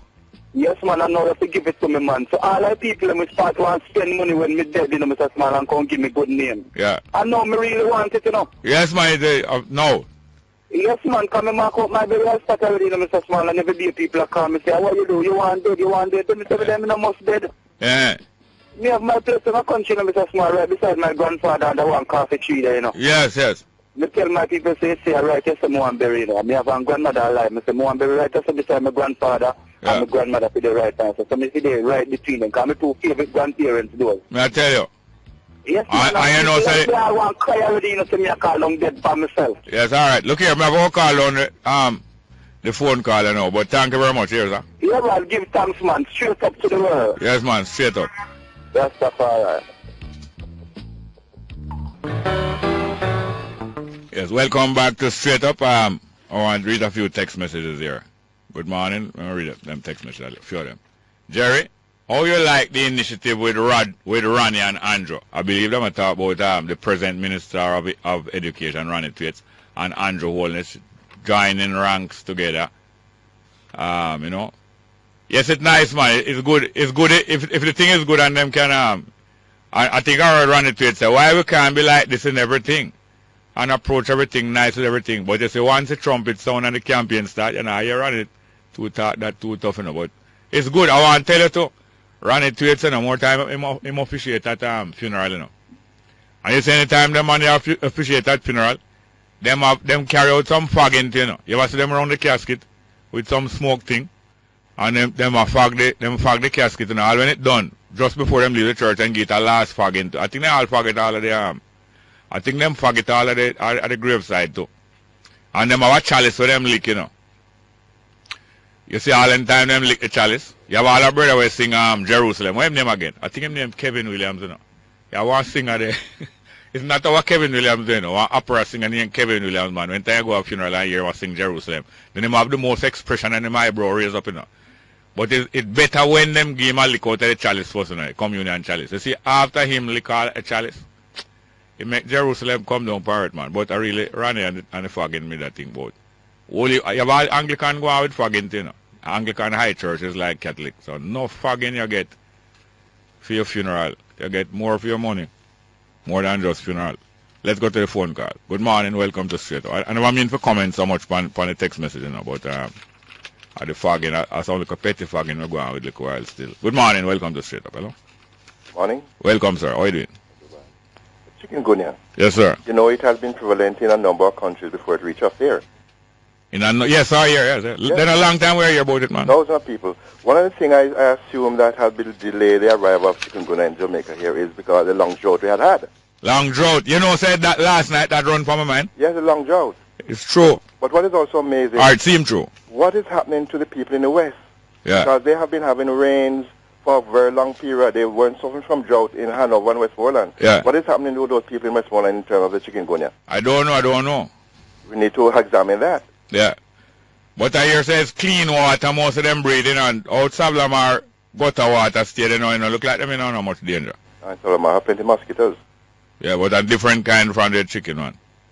Oh, let's find out now. Yes, sir. Anybody complaining from down that end? Yes, sir. We do that. One will ask why it is so just sitting down in the the east. But we come like Bedward. I think you have to go dip them, you know. For I say some come from the east with like a whole leg of beast. Well, not in the clean water. But them some come from the west like a whole bag of pests. My God. You know the Bedward music there? Yes, yes. But dip them. Thank you very much. There's one more consideration, no? Yes, sir. Yeah. Thank you very much. Good morning and welcome to Straight Up. Hello? Yes, Jerry. Wagwan. Why there are some breaking news coming out of the United States. And I'm glad it's out of the United States it's coming because... Yeah, man. 6. And time you hear talk about breaking news, I'll cut my nose now. 6 NNF players arrested for child abuse. 6-1 N what? NF players. NF? People play basketball in the United States. Look here, man, you have everything wrong. What? NFL, no? Any B there in there? Where the B? NFL, no, Mr. Man. but no B no in there for basketball. NFL is not basketball. No B's in there. I say NFL. Yes, they know basketball coming out of that. It's about them play basketball. No NFL man no play basketball, man. They kick the ball. They no basket the ball. But 6 of them is under arrest for abusing children, abusing their wife. Yeah, NFL, National Football League. Yeah. And they say the number is still going to go up. Go up, yes. And these guys is black. It's some black Americans, you know. Yeah. They call them Africans Americans. Yeah, yeah. Not even one white plays in it. Yeah. Boy, I tell you. So what do you think the explanation is then? Well, I don't know. Why you think... People say they play rough. All right, you think that black fathers abuse them children, so-called black, African fathers abuse them children more than European father? I don't know, Jerry. Because there's a report that one of them beat them son, you see? Yeah. The strap catch on the child testicle, you know. Yes, well, I'm going to tell you. Let me stop right there and stop around no joke now. Listen now. That child was 4 years old. And I remember some beating when I give my little youth. I shouldn't beat them, so. And it's the other youth, them have to ball out more time, you know. The other children, them brother and sister. Yes. And right away as I talk about beat pan testicle, I tell you last time my old man whipped me, you know. Yeah. The first lick him lick is a horse reins. I tell you all the while, it's a horse reins him use.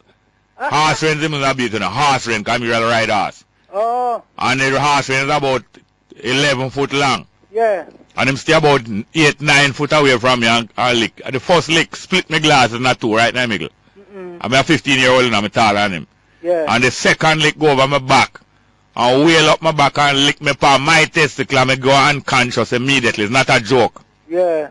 And them thing there is not good. I mean, find myself come to the same thing them. The same things that I detest. Yeah. Not find myself. All the while I don't make an excuse and don't want to take responsibility for actions we're talking about to find myself this and find. I come to the same things that I did seriously. I will not do these things. You have to really take yourself in control. That's true, man. I don't think my children, my son, them going to handle any of them children that way. I hope so. You better mind yourself, yes, sir. And stop talking about National Football League or basketball player. Not go so. Little more. Thank you very much. Yeah, man. We have some more calls there. Good morning and welcome to Straight Up. Hello. Morning, welcome. Welcome. Are you there? Hello, good morning, Mr. Small. Yes, sir. You know, considering the other day, I remember a Parliament. I called for more focus to be placed on Jamaicans living overseas. You know what would be good, sir? Because I've always said that there are more Jamaicans overseas than what is in Jamaica. It would be good if the government could put up a database. We get all the nurses, all Jamaican nurses overseas on that database. Every category of professionals, the engineers, the masons, the doctors, we get all of them registered in a Jamaica thing, set up a system. And there are times when we can even some what call it, operation and thing where some people got foreign for. When them got foreign, some Jamaican doctors operate on them, So if we have a database like this, when we need certain surgery, we can draw for this doctor. Certain engineering work, because you have some top Jamaican engineers in Dubai and them place, and the higher place. We can get these people and draw them in. And even for some motivational aspect for some youth, you can use those persons as people for help motivate some youth, go to some schools and talk to the youth, man. Youth club and even youth pankana, Well, listen here now, all right. Carry it to the party. Go carry I'm listening now. No, I have to go now. Carry that suggestion into the... good things, you Yes, but I give you 2 minutes straight. I give you 2 minutes straight. Carry it into the party. I'm very busy, man. You see it, though. You hear what I'm saying? I must go about my business. And I saw him call when him starting. You see the same on a socialist, though. Good morning and welcome to Straight Up. Hello? Yes, Jerry. Yes, sir. Welcome. Yes, what's happening here? Fine, thank you. Yeah. Hey, I heard Mr. Brown talking about this mosquito thing on his program yesterday, Oh, Lambert Brown? Yes, yeah. Lambert Brown. And he was saying that what the government really needs to do is to clean up the larvae. Yeah, the larvae, that are the baby stage. Right, a baby stage of the mosquitoes. Mm. And which would be logical. Because you have to start a tree. Don't a tree grow from the root? Yeah, yeah. Exactly. So you deal with that and can clean up the gullies and so on. Well, what them doing a while ago now? I don't know if you're talking about the fogging and so on. Yeah. This morning. That was being comical there, so. But they must fogging even my place here so a while ago. And the thing going one direction now, Jerry. What? The smoke? The smoke? The smoke? Yes. You know, should be going all around, man. You mean a spin round? Yes. No, man, it's going one direction, like it blowing out and blowing in one direction. Yeah. Like him going up the road with the thing. Yeah. It going over that side and so. Yeah. So that's going to be really efficient on that side of the thing, man. Well, I don't know. I remember, Jerry, when I was a little boy, you know, right? Yeah. Then we used to have these planes that used to fly over and thing. I think they were more efficient. Yeah. The spray planes in the Yeah, yeah, yeah. Yeah, these Cessnas used to fly across, man. But that's a banana. Yes. Banana. No, man, them spray for mosquitoes, man. Oh, yes, yes. Yes, man, I used to spray for mosquitoes. Yes. All right. Your father used to beat hardy, man. Yeah, but him have to stop you. So when him see me grow taller, him never Never had a chance again. Yeah, that's why I stay far and lick me now. What is him lick you with? Well, horse rain and the buckle is about 3 inches, a brass buckle about 3 inches by 1.5 inch. A horse rain, man? And that split my glass into and the next one they call it bust me cork, you know cork? Yeah. Yes, bust me cork, then call it. Bust me cork. In a proper, no, don't talk no patter here. Cork. Bust me cork. Well, we have to go now because there's a next phone call. Right, good morning and welcome. Good. Straight up. Hello. It's not a joke. Morning, good morning, sir. Yes, sir. Portland money. I called you last week about this Port Antonio Mayor Benny White. Benny White, yeah, man. I tell you. And him situation. Nothing that changes business as usual. It's yeah. like Portland a buzz doing everybody a talk. Yeah. Because them hear about it and who know more start talk. Now I'm here saying mix up with more things. But another me call. What you mean? What you talk? Next time. Oh. No.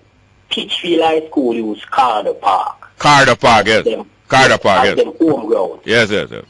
No, somebody on the board of committee tell me, say, because the MP him now can't get full control of the thing. Yeah. Now maintain the field. The right MP, hold on. Over there. Hold on, the MP, hold on, sir. Hold on, the MP is a doctor, brethren. The Dr. Virgin Lyndon Bloomfield. And you are saying because him can't get control of the field, what happened? Him can't get control of the field for doing him field. And because of that what? Him now allocate the money to maintain the field. Then? Right now he's a co-pastor. Now my youth have to go travel all the way to Darrell Val place to go play football. Anything can happen to him on the road. So, some serious business are going over here, you know, Jerry. So you say in Carter Park, Mr. Benny White have him bar? Cross from Carter Park. Oh. And I want to tell you something, paint the wall for Carter Park, you know. Oh, what? I've seen business in put up there, advertise alone, you know. Oh, yeah? I miss to tell you. All right. All right, keep us up with the happenings. We have to go to the 11 a.m. headline news. Straight up, yeah?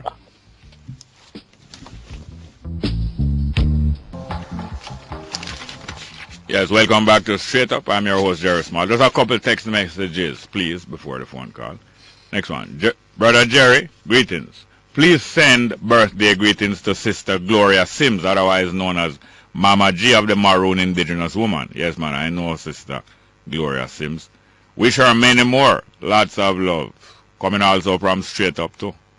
Next one. That's coming from Sister Beulah in New York. Also, Brother Jerry, keep up the good work. Love. I wonder if my Sister Beulah, that beautiful ICI lady in informal, commercial, import and export and so on. Used to debate all around. Sister Beulah, I believe it's her, you know. Hail Sister Beulah. Next one. Jerry, the duck them line up this morning, one by one. You have your gun? I don't say yes and I don't say no. Next one. Pettifogging is the placing of too much undue emphasis on petty details. In Jamaica, we are blessed with pettifoggers. I think you got that right. Good morning. Welcome to Straight Up. Hello? Morning again, yes, sir. What going? Yeah. I don't like stupid people, you know? You don't like them, or you don't like stupidness? I don't like stupid people. Keep your voice up, sir. Up, I don't like stupid people. Okay, go on. You dislike. Look here now. Yeah. This chicken gun thing. Yeah. It's a national problem, though. Yes, sir. It is one, and it is being fast recognized that it is one. Good. Now, the opposition and people love for brand. I want people listen to me when I talk, and don't try to put me in a box. In a box? Yeah. You mean ballot box? Yeah. Because the opposition is behaving as if it's the government make chicken gun and I have it to care about it. It is a national problem. By the way, you're saying leader the alternative. You're saying leader the opposition suspect of it now. So I hear it look like, well, if I talk something else now, you're going to hear say. Well, all right, me will talk it. Me will talk it. Him have to go take bitter medicine. Hope him don't take eucalyptus oil. Look here. Yeah.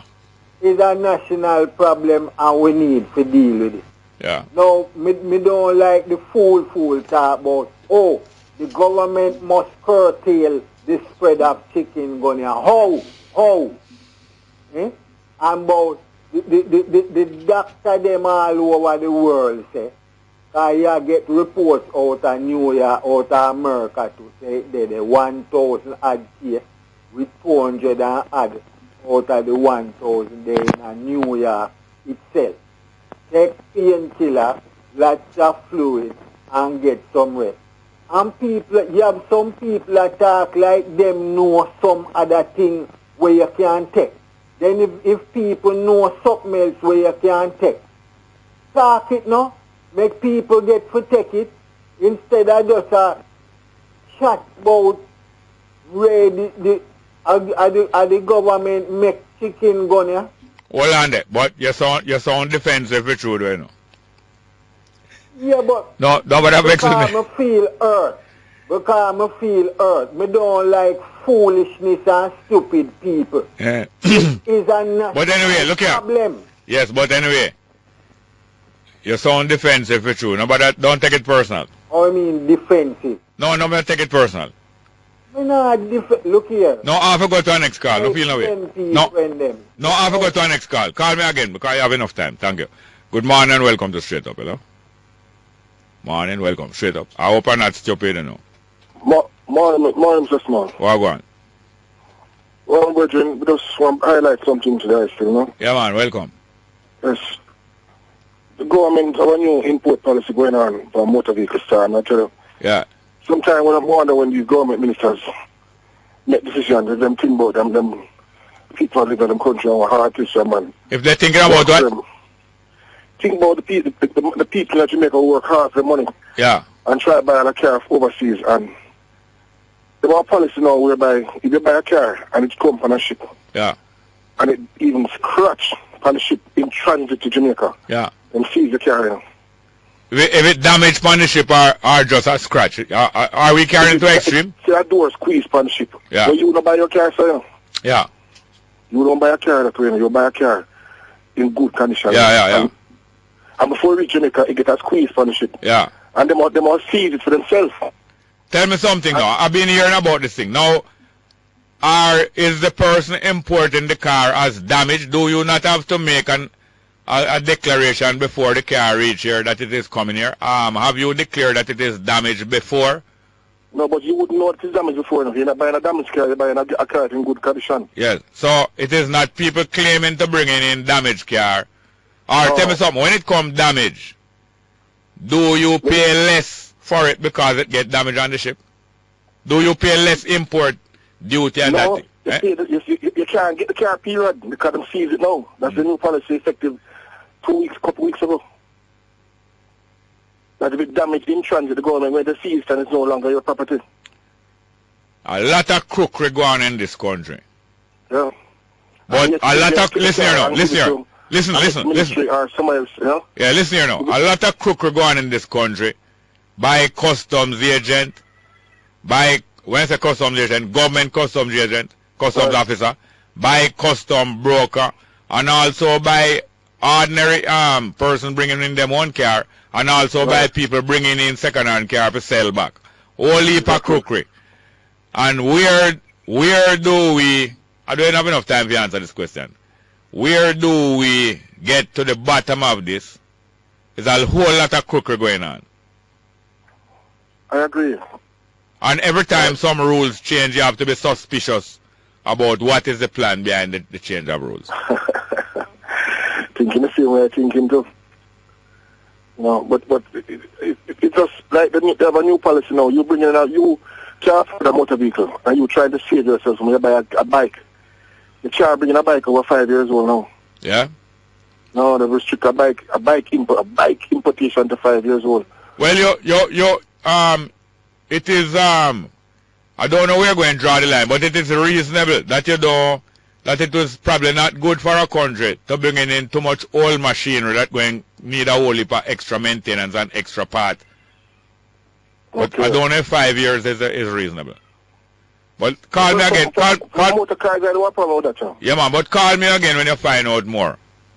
And I hope this new commissioner of police who knows a lot about this kind of thing, I hope him take some action. We're going to see over the next month, between the next month and the next year, we're going to find out what the new commissioner and his team is up to. Well, I wish him luck, you know. Thank you very much. Yes, sir. Good morning. Good morning. Welcome to Straight Up. Hello. Hello.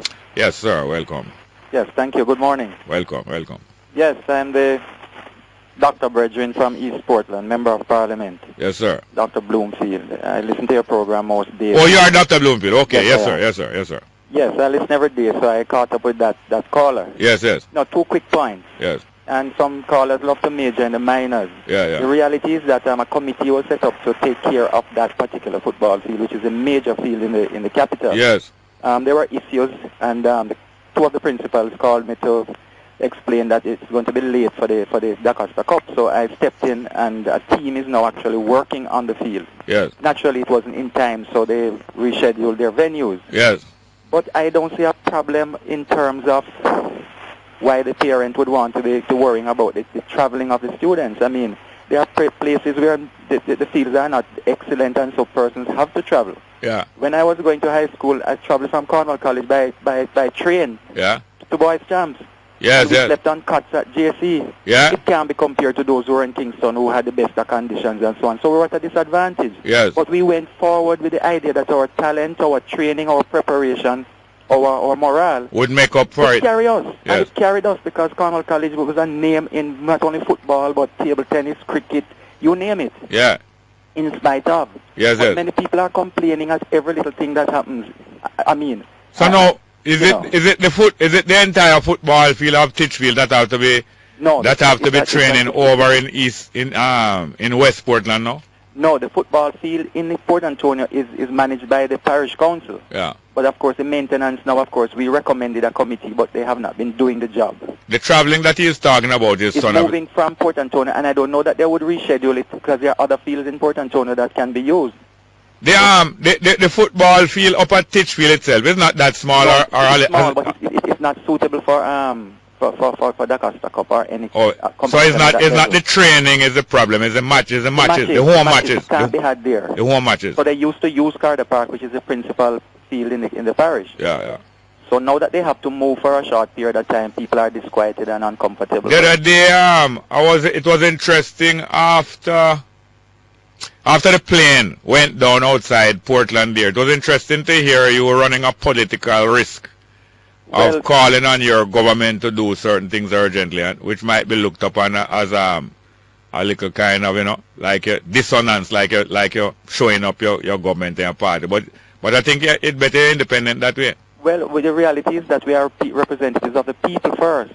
Well, that's and as a result, whatever may happen, let the chips fall where they may. Yes, yes, because we are here to defend the people and poor people and in general. And principles are principles. Talking about chips fall where they may, I mentioned at the time that you're running that political risk of your political capital at a time when people were calling for cabinet reshuffle, and at a time when it is perceived that the present Minister of Health not doing so great, and yet you could keep yourself quiet and say you're lining up to take over in case the Minister of Health fall and break a leg. Didn't you break a limb recently? Yes, well, I mean, I think about a year and a half ago. Yeah, and people might say, you know, you're stupid, you should keep quiet and just slip into the slipstream there instead of standing out like a sore thumb. No, but the reality of life is that politicians are politicians and political representatives are political representatives. Yeah. We are here to represent, and we are not here forever.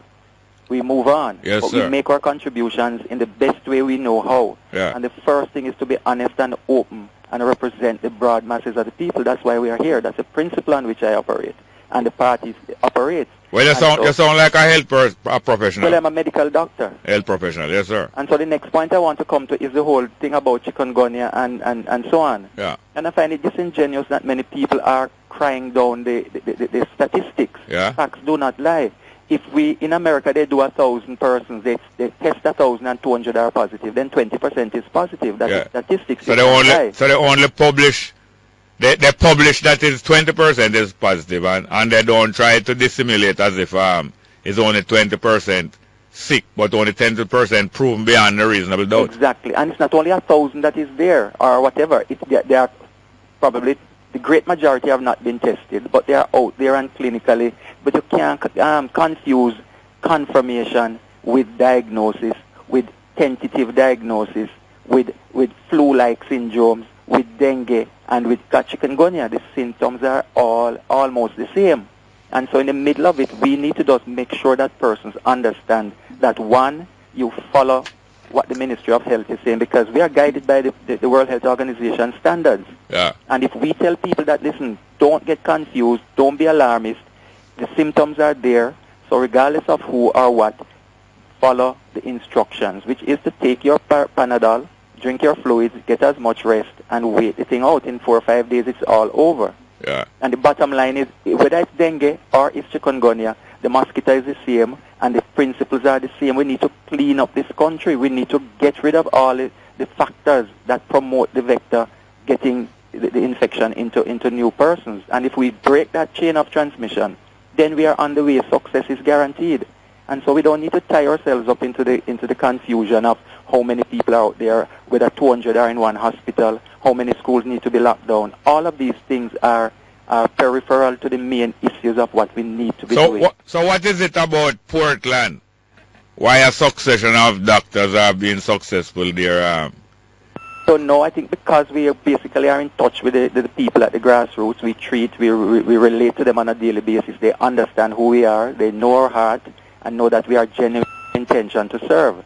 And so they embrace us open-heartedly with a position of trust that is not given to a lot of politicians. They trust us to deliver for everybody. Yeah, talk about a lot of politicians. I've been saying a couple times recently that that this program doesn't specialize in seeking interviews from ministers and politicians and various people, because we don't really want to be imitative of other programs. But maybe rightly so. But you have demonstrated that if somebody have a worthwhile contribution, you get 3 times the amount of time as another caller. Well, I appreciate that. Yes, sir. And it's good to know that you monitor the program, and therefore you must have heard our comments about it. Absolutely. Well, thank you very much. Work. Thank you very much. We're not trying to organize a mutual admiration society. No, I know. But I think you have some credit. Thank you very much, yes, sir. You're welcome. Yes, that is Dr. Bloomfield, the Member of Parliament for Eastern Portland, yeah. Good morning. Welcome to Straight Up, hello. I think we still have some text messages to go, do we? Let me read two of them. I feel that TVJ is discriminating against Nadine McLeod because she's darker than the rest.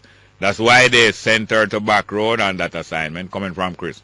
I'm not sure about that, because my understanding is that Nadine takes on some of the assignments on her own initiative, and I think that's why she won Journalist of the year before last. I'm not so sure this they send her out there on that because of her darker color. I'm not sure about that. But I know that she enjoyed doing well, and that assignment is very useful. Next one. Rightfully said Mr. Small, way too much is being spent on the dead. Please also remember that spiritual blind are the hardest to lead. Yes, I wouldn't even say too much being spent on the dead, But people have their relatives, and they need They need to comfort themselves, and they need to, bring some closure to the life of somebody, even the remains and so on. All these things are necessary. But I think it is vain. When I say vain, I don't mean show off. I mean, I think it is in vain. It has no good effect when you overspend on things that are not necessarily beneficial, and then you yourself are in need. If you're not in need of food, if you're not in need of money when you're done, you may be in need of a psychiatrist. I'm not trying to criticize nobody too much, but it's the truth. Good morning and welcome to Straight Up. Hello. Jerry. Yes, sir. Welcome. Yeah, man. Look, sometimes, you have to show certain people certain things, because through Garnet cannot see. You have to show them what and where you see on TV. And directly, it is not right for human consumption, why some people live in that condition. There are certain places there where government is supposed to keep clean, and those mucky water is there over years, and it is breeding disease. You understand? So you have to show them, boy, when the people come out and talk, taxpayer money must spend. I must spend my right to that to get value, because them things bring disease. The mosquitoes, so those places must keep clean. You can't have them places there when disaster break out and you have to work on and all them things there. So when he come out really a bad mode, they are opposition. Brethren, they have a cause and they are thinking about their own Jamaicans. We are patriotic. If our money not spending right, they are telling us, boy, dog, we need to supper. Because many things are right, we have to keep Jamaica clean. Our streets must keep clean. Right now, when you look on the road, if you look on the street right now, it's lit up, be a little full of it. A person can hide from Newport to Mandeville on the street because be a debris upon the street. And the road not keeping clean. And every 3 months, every road supposed to keep clean, the drain is supposed to clean, and they are not working on. So if you see the right hand attack, every month, wait till, as Bob Marley said, must be a sudden big success come take the country for we to really realize. No, man. Check out the real situation. Thank you very much. Yes, sir? Yes, sir. Good morning and welcome to Straight Up. Hello? Morning, welcome. Straight Up, are you there? Good morning, welcome to Straight Up. Hello? Next one. Jerry, you see that funeral thing that you touch on? I can't get you. Jerry, you see that funeral thing that you touch on? You want to do a major thing on it? Because we people too fool with funeral these days. Want to spend what them don't have. And yet, it's not red eye if people have them things and through them have it to be jealous of them. Not that at all. Not that at all. No offense meant. Next one. Jerry, I think pettifogging is caring too much about unimportant matters or detail. Yes. I think you have the right idea. Good morning and welcome to Straight Up. Hello? Good morning, Mr. Smart. Welcome, sir. How are you doing? I'm all right, Mr. Smart. Mr. Smart. Yes, sir. You know what a balance sheet is? Yes, and I have a good idea, yes. Yeah, it shows all the assets and liability there for individual or a company. Yeah, in other words, what you have going for you and what you have going against you. Yeah, and it measures how much you value your net worth. Yes, sir. Every Jamaican citizen right now should measure their net worth. Yeah. Go around their houses and add up all the value of the assets. Yeah. Subtract who they owe, that is their liabilities. Yeah. And the difference would give them their net worth. Yes. Add to that the money that you have in the bank. Yeah. And the money you have in your wallet, and you see how much you value. Yeah. And try and grow that every month or every 3 months you measure that. I said that to say this, Mr. Smart. Yeah. By the way, is there any space on such a balance sheet for the human capital? Yes, sir. It's called intangible asset. Okay, you can't touch it, but it is solid. Yeah, and it value more than money. Yes, sir. All right, we have some age group in Jamaica between 60-year-old and over. Yeah. They consider those as are in the departure lounge. Yeah. Now, what those people need to do, and I'm talking to the poorer set among us. Yeah. They need to start opening up to their children who they can relatively trust. Yeah. Or their grandchildren and tell them where the store of wealth is. Yes, yes. What asset they own, yeah. What money they have in the financial institution, and will it over to them. Yeah, but while they yet live.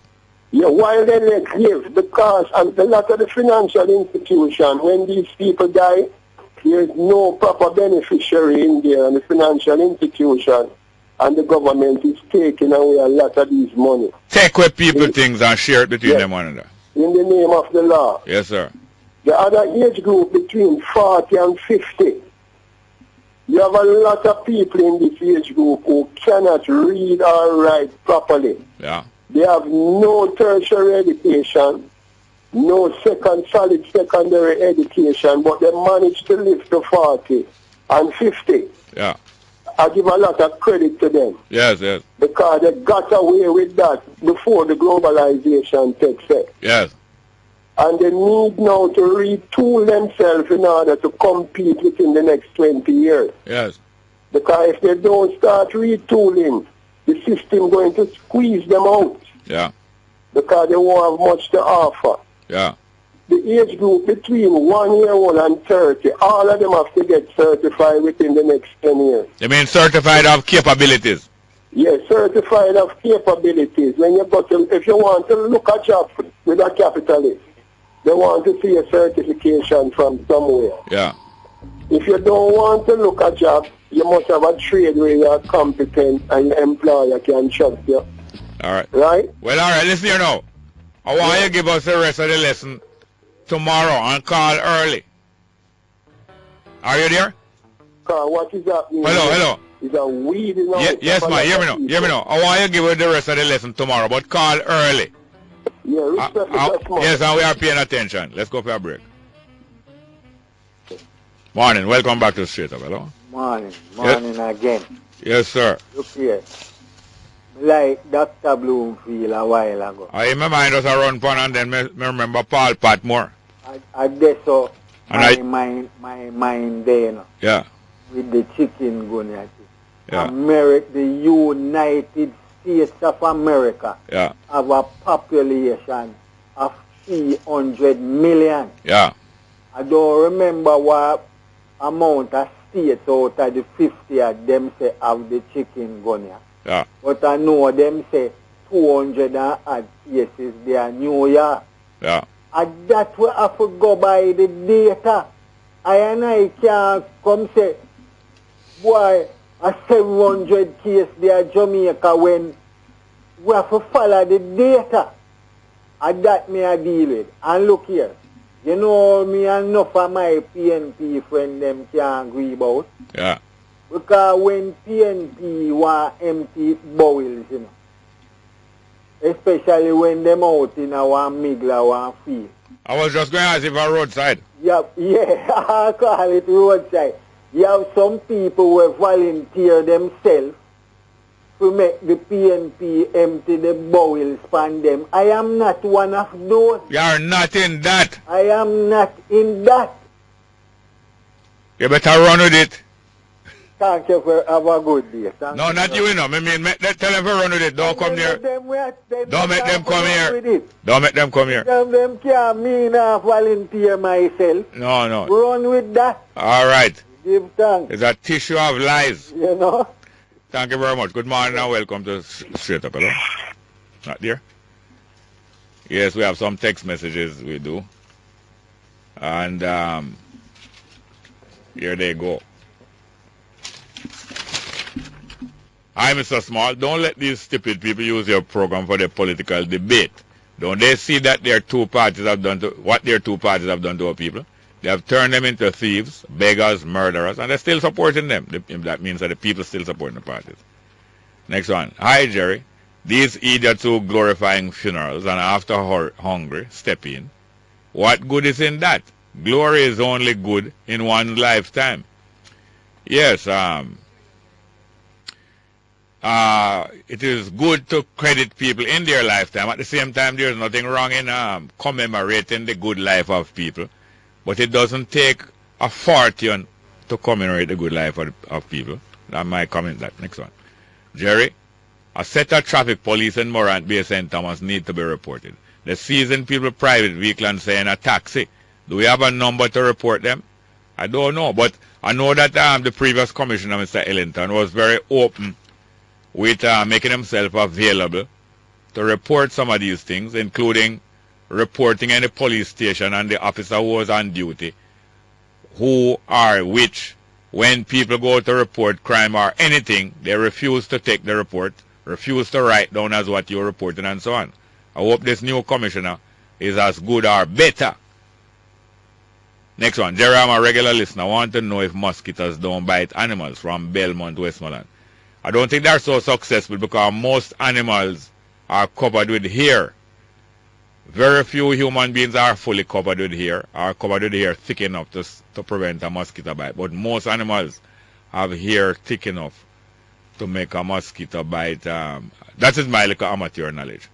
And fish, when not covered with hair, I think the scale them kind of get a mosquito at times. So no mosquito going to dive in the water, go try bite fish on a pure scale and so on. But next one. Jerry, why chick via not mosquito gunga?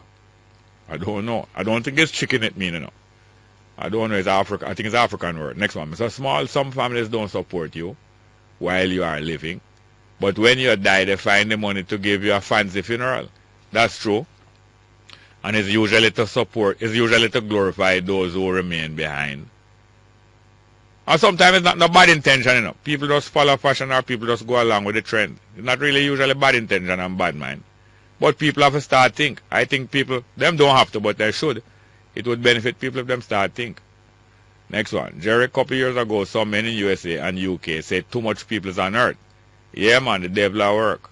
Well, those are decisions that have been made many times by powerful people. And it's usually other people, them decide it's too much. Next one. Me not preserve no burial spot for me nor nobody else. Because for all I know, all of we might end up being mincemeat. Well, that is not my funeral. So I don't, but I don't wrong nobody who make provision for those things. When you make provision for those things, usually you relieve your family of a lot of problems. So I don't fight against it. But it's not my funeral. Them problem there is not my funeral. Next one. Jerry, I hear Bet on First Start this morning saying that Dr. Boy is the worst health minister Jamaica has ever had. Well, you know it go already. Yes, good morning and welcome back to Straight Up. Hello? Indeed, Brother Jerry. Yes, sir. Wow. Breaking news out of FIFA.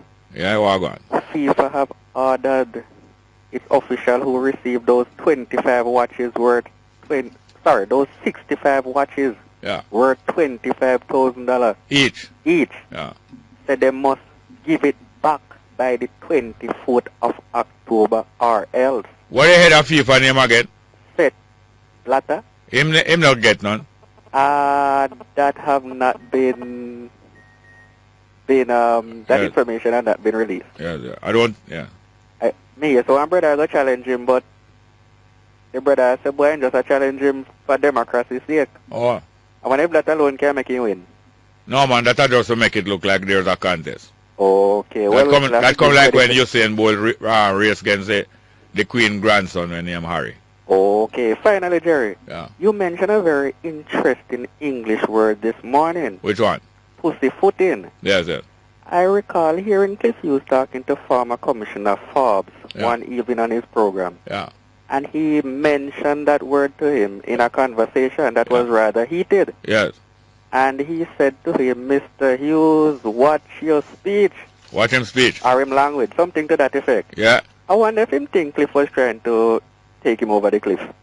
No, maybe him put him name out. Indeed. Yeah. Little more. You call that thinking too. That's what you mean. Good morning and welcome to Straight Up. Hello?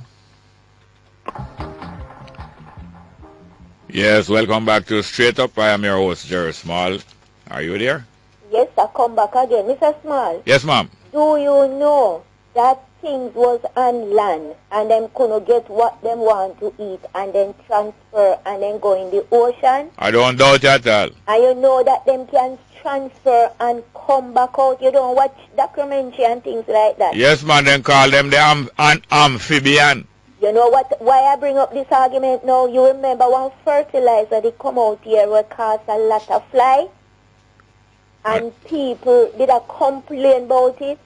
Eventually now, some flies start to drop from out of the air. Yeah. And when we find out, no one in Jamaica never aware of it, that those fly was machine fly to eat up those fly. Yes. What you're talking is not no foolishness, you know. And them say then they kill out those flies. What may I consider now? Wonder if those flies can reverse and turn the type of mosquito we are sending around the virus all around the world. I don't know if fly can turn in a mosquito. Because I would have forget a different nose hole. We can bite. But maybe say they can reverse small and beginning in machine making things and going all different ways. Who they know say the lionfish would have turned a pest in the ocean now? I don't think anybody here they know. But you know, say a clear Ethiopia, me go find out where it was talking. It's not no foolishness talking, you know. All right. In Ethiopia, listen here now.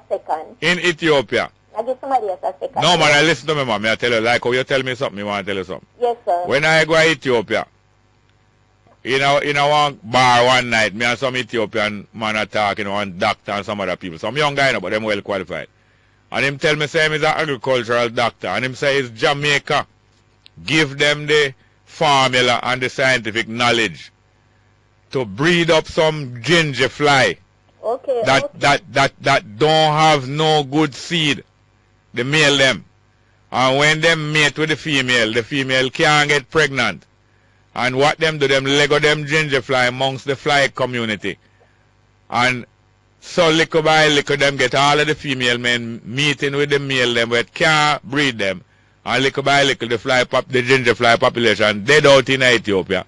And them say Jamaica, them get that knowledge from. When so saying that, you remember, say one part of Cayman, they have some fly where big as ever, if you go there, then suck out your blood. I don't know. To kill out the cow, them. Yeah, Cayman? Yeah, Cayman used to have them too. Cayman have cow? No, when in those days. Oh. Then say some cow used to be there. And then say some mosquito, any animal at all, like what human being eat. The mosquito, them big, no hell. So people, you have computer, go on computer, go find out the different things them and insect we can change. Yeah. And if you do it in a lab and time goes by, it'll go be poisonous to us. You know what Cayman mean, ma'am? No, sir. Crocodile it mean, you know. Oh. All right. They have them, then they use, when some snake, they did it to us. I know, this is not Cayman, this is Mexico. A snake, ma'am. Some hog they did it, we eat up the snake, them. Yeah. Hog? Yeah. And then big and fat and so comes we start to have hammer supply around the world. Start to have what? When in Mexico. No, don't start from the beginning. You start to have what around the world? In Mexico. No, no. You don't go too far back. We have to go here, ma'am. One next time. Thank you very much. Let's go for a break. Yes, welcome back to Straight Up. We're going down into the home stretch there now. Good morning and welcome to Straight Up. Hello. By the way, we have some birthday greetings, some belated and some on time.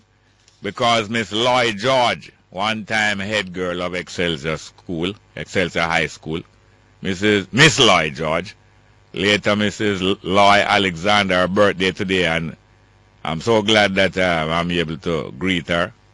It's a great family, a very loving family and a very lovely family. The most down-to-earth family in the world. The Georges. And her sister Carmen George's birthday was on the 5th. Carmen George. That is Carmen George of St. Hugh's High School. And the wife of Lindy Headley. And another Carmen to Carmen White. Birthday was on the same day as Carmen George, the 5th of September. And she is the grandmother of 6 of my children, the mother of God White also. So I'll play the music again, you know. It's more applied to Carmen, to Lloyd George, Lloyd Alexander, but it's for all 3 of them and anymore else. We're going to play a piece of music before we leave out the year. You could have fly high or fly low. But good morning and welcome to Straight Up. Hello? Hello, Mr. Small. Welcome. Yes, ma'am. Yes, ma'am. First time on the program. Thank you very much. Learn from you very much. Admire the good work that you are doing. True, ma'am? Yes, I have a question though. I don't know if you can answer. I'll try, no? When you catch, if someone catches this virus, yeah, can they get it a second time? That's what I was wondering, you know. Make me and you join up and ask a question. Oh, please ask for me because you are in my better position. Yes, thank you very much. What part of Jamaica are you listening from? Portland. Portland? What are you saying to me? Right. It's about 3 weeks we wasn't getting you and I was so frustrated. What? Yes, and every now and then you used to chip in and come out and then I was gone again. I was so disappointed. Yes, that's very glad to hear from you. Yeah, another thing again, Mr. Small. Yes, ma'am. The first time, last night, they sprayed the place. Yeah. And they usually, years ago, they usually announce when they're going to spray so that you can open up your doors or close your doors if you are allergy. Yes, yes. And I was in my bed last night sleeping. I have a bad allergy and asthma. Yeah. And I almost die when I get up and smell the thing. I almost die. Yes? Yes, I didn't warn up nor anything. I just smell it and I almost die. I have to rush to. And they should warn you. Yes. I'm so glad it wasn't plum pudding, though. You know about plum pudding? Yes, that's all. You know about the princess where the plum pudding was riding her chest, though? Yes, that's all. Well, I'm glad it was. About it. Or that's not fair. No, it's not fair at all. Thank you very much. But them say everything fear in love and war still. Right. But they will warn the people before. Warn them. And you know something that's small, the mosquitoes, them round my backyard, as I open my door, they hinge, and it's last night they said the Boy, them cunning, man. It's cunning, as I open the door, they come in, like. I tell you. And by the time you shut the door, it's too late. Yes, Mr. Small. Thank you very much, dear ma'am. Yes, Mr. Small, you're welcome, and keep up the good work. Love you so much. You're so informative. Boy, I tell you. Okay. They must inform us also before the time. Thank you very much, dear ma'am. Okay, Mr. Small. Good morning and welcome to Straight Up, hello. Are you there? Next call? Not there?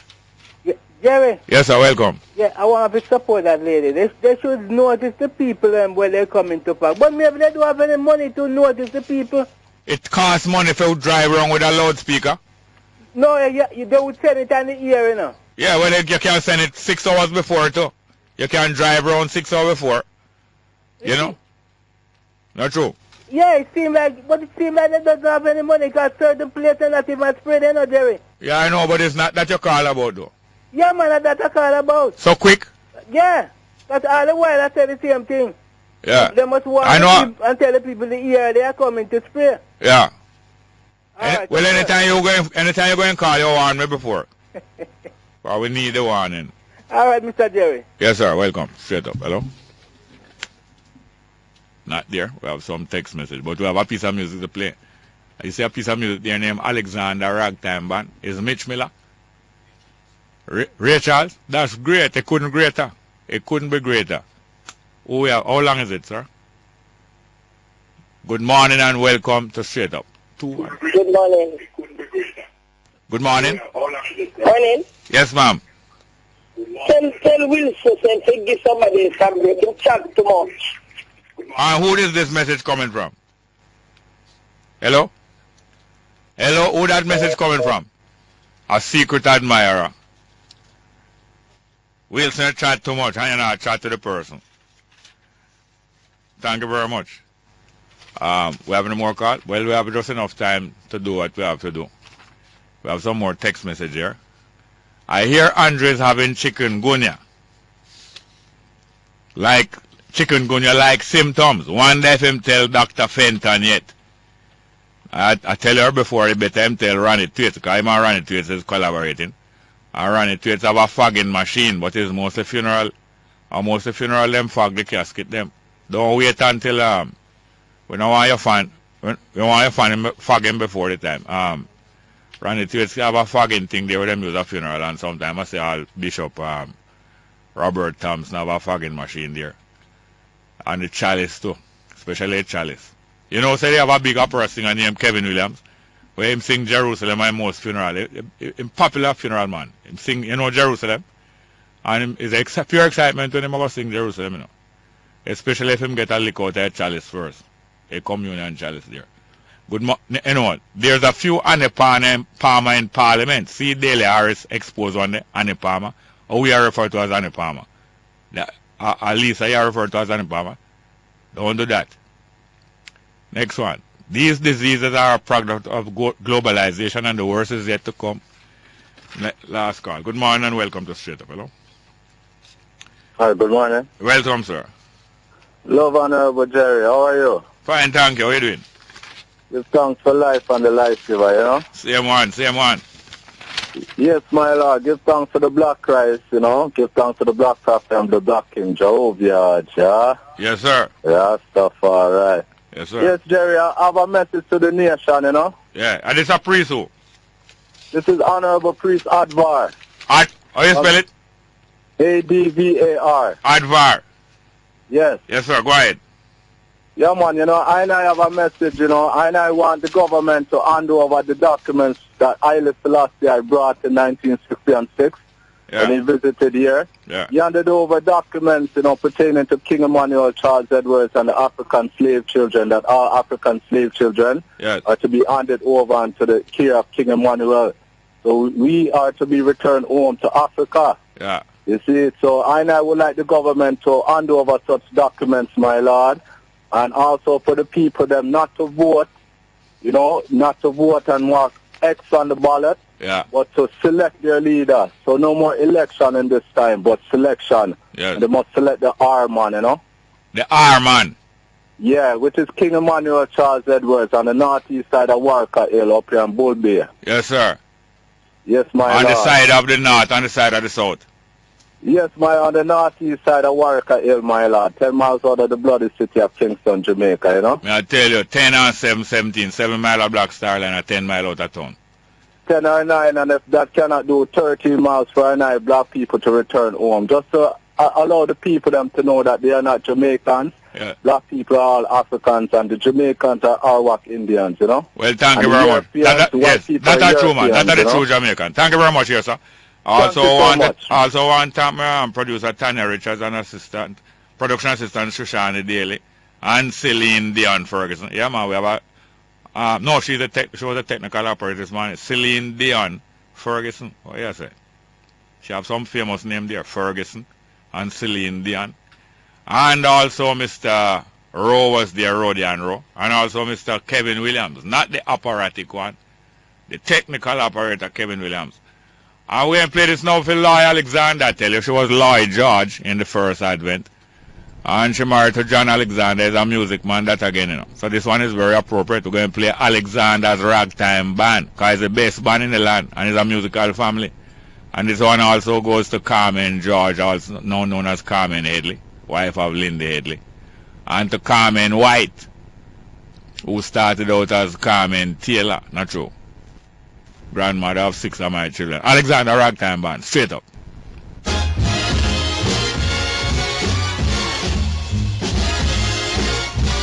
And this is Ray Charles and his big band.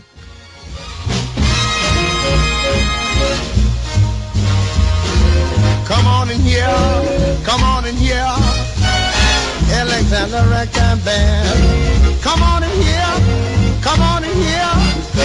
the best band in the land. Along, come on along, let me take you by the hand to meet the man, to meet the man.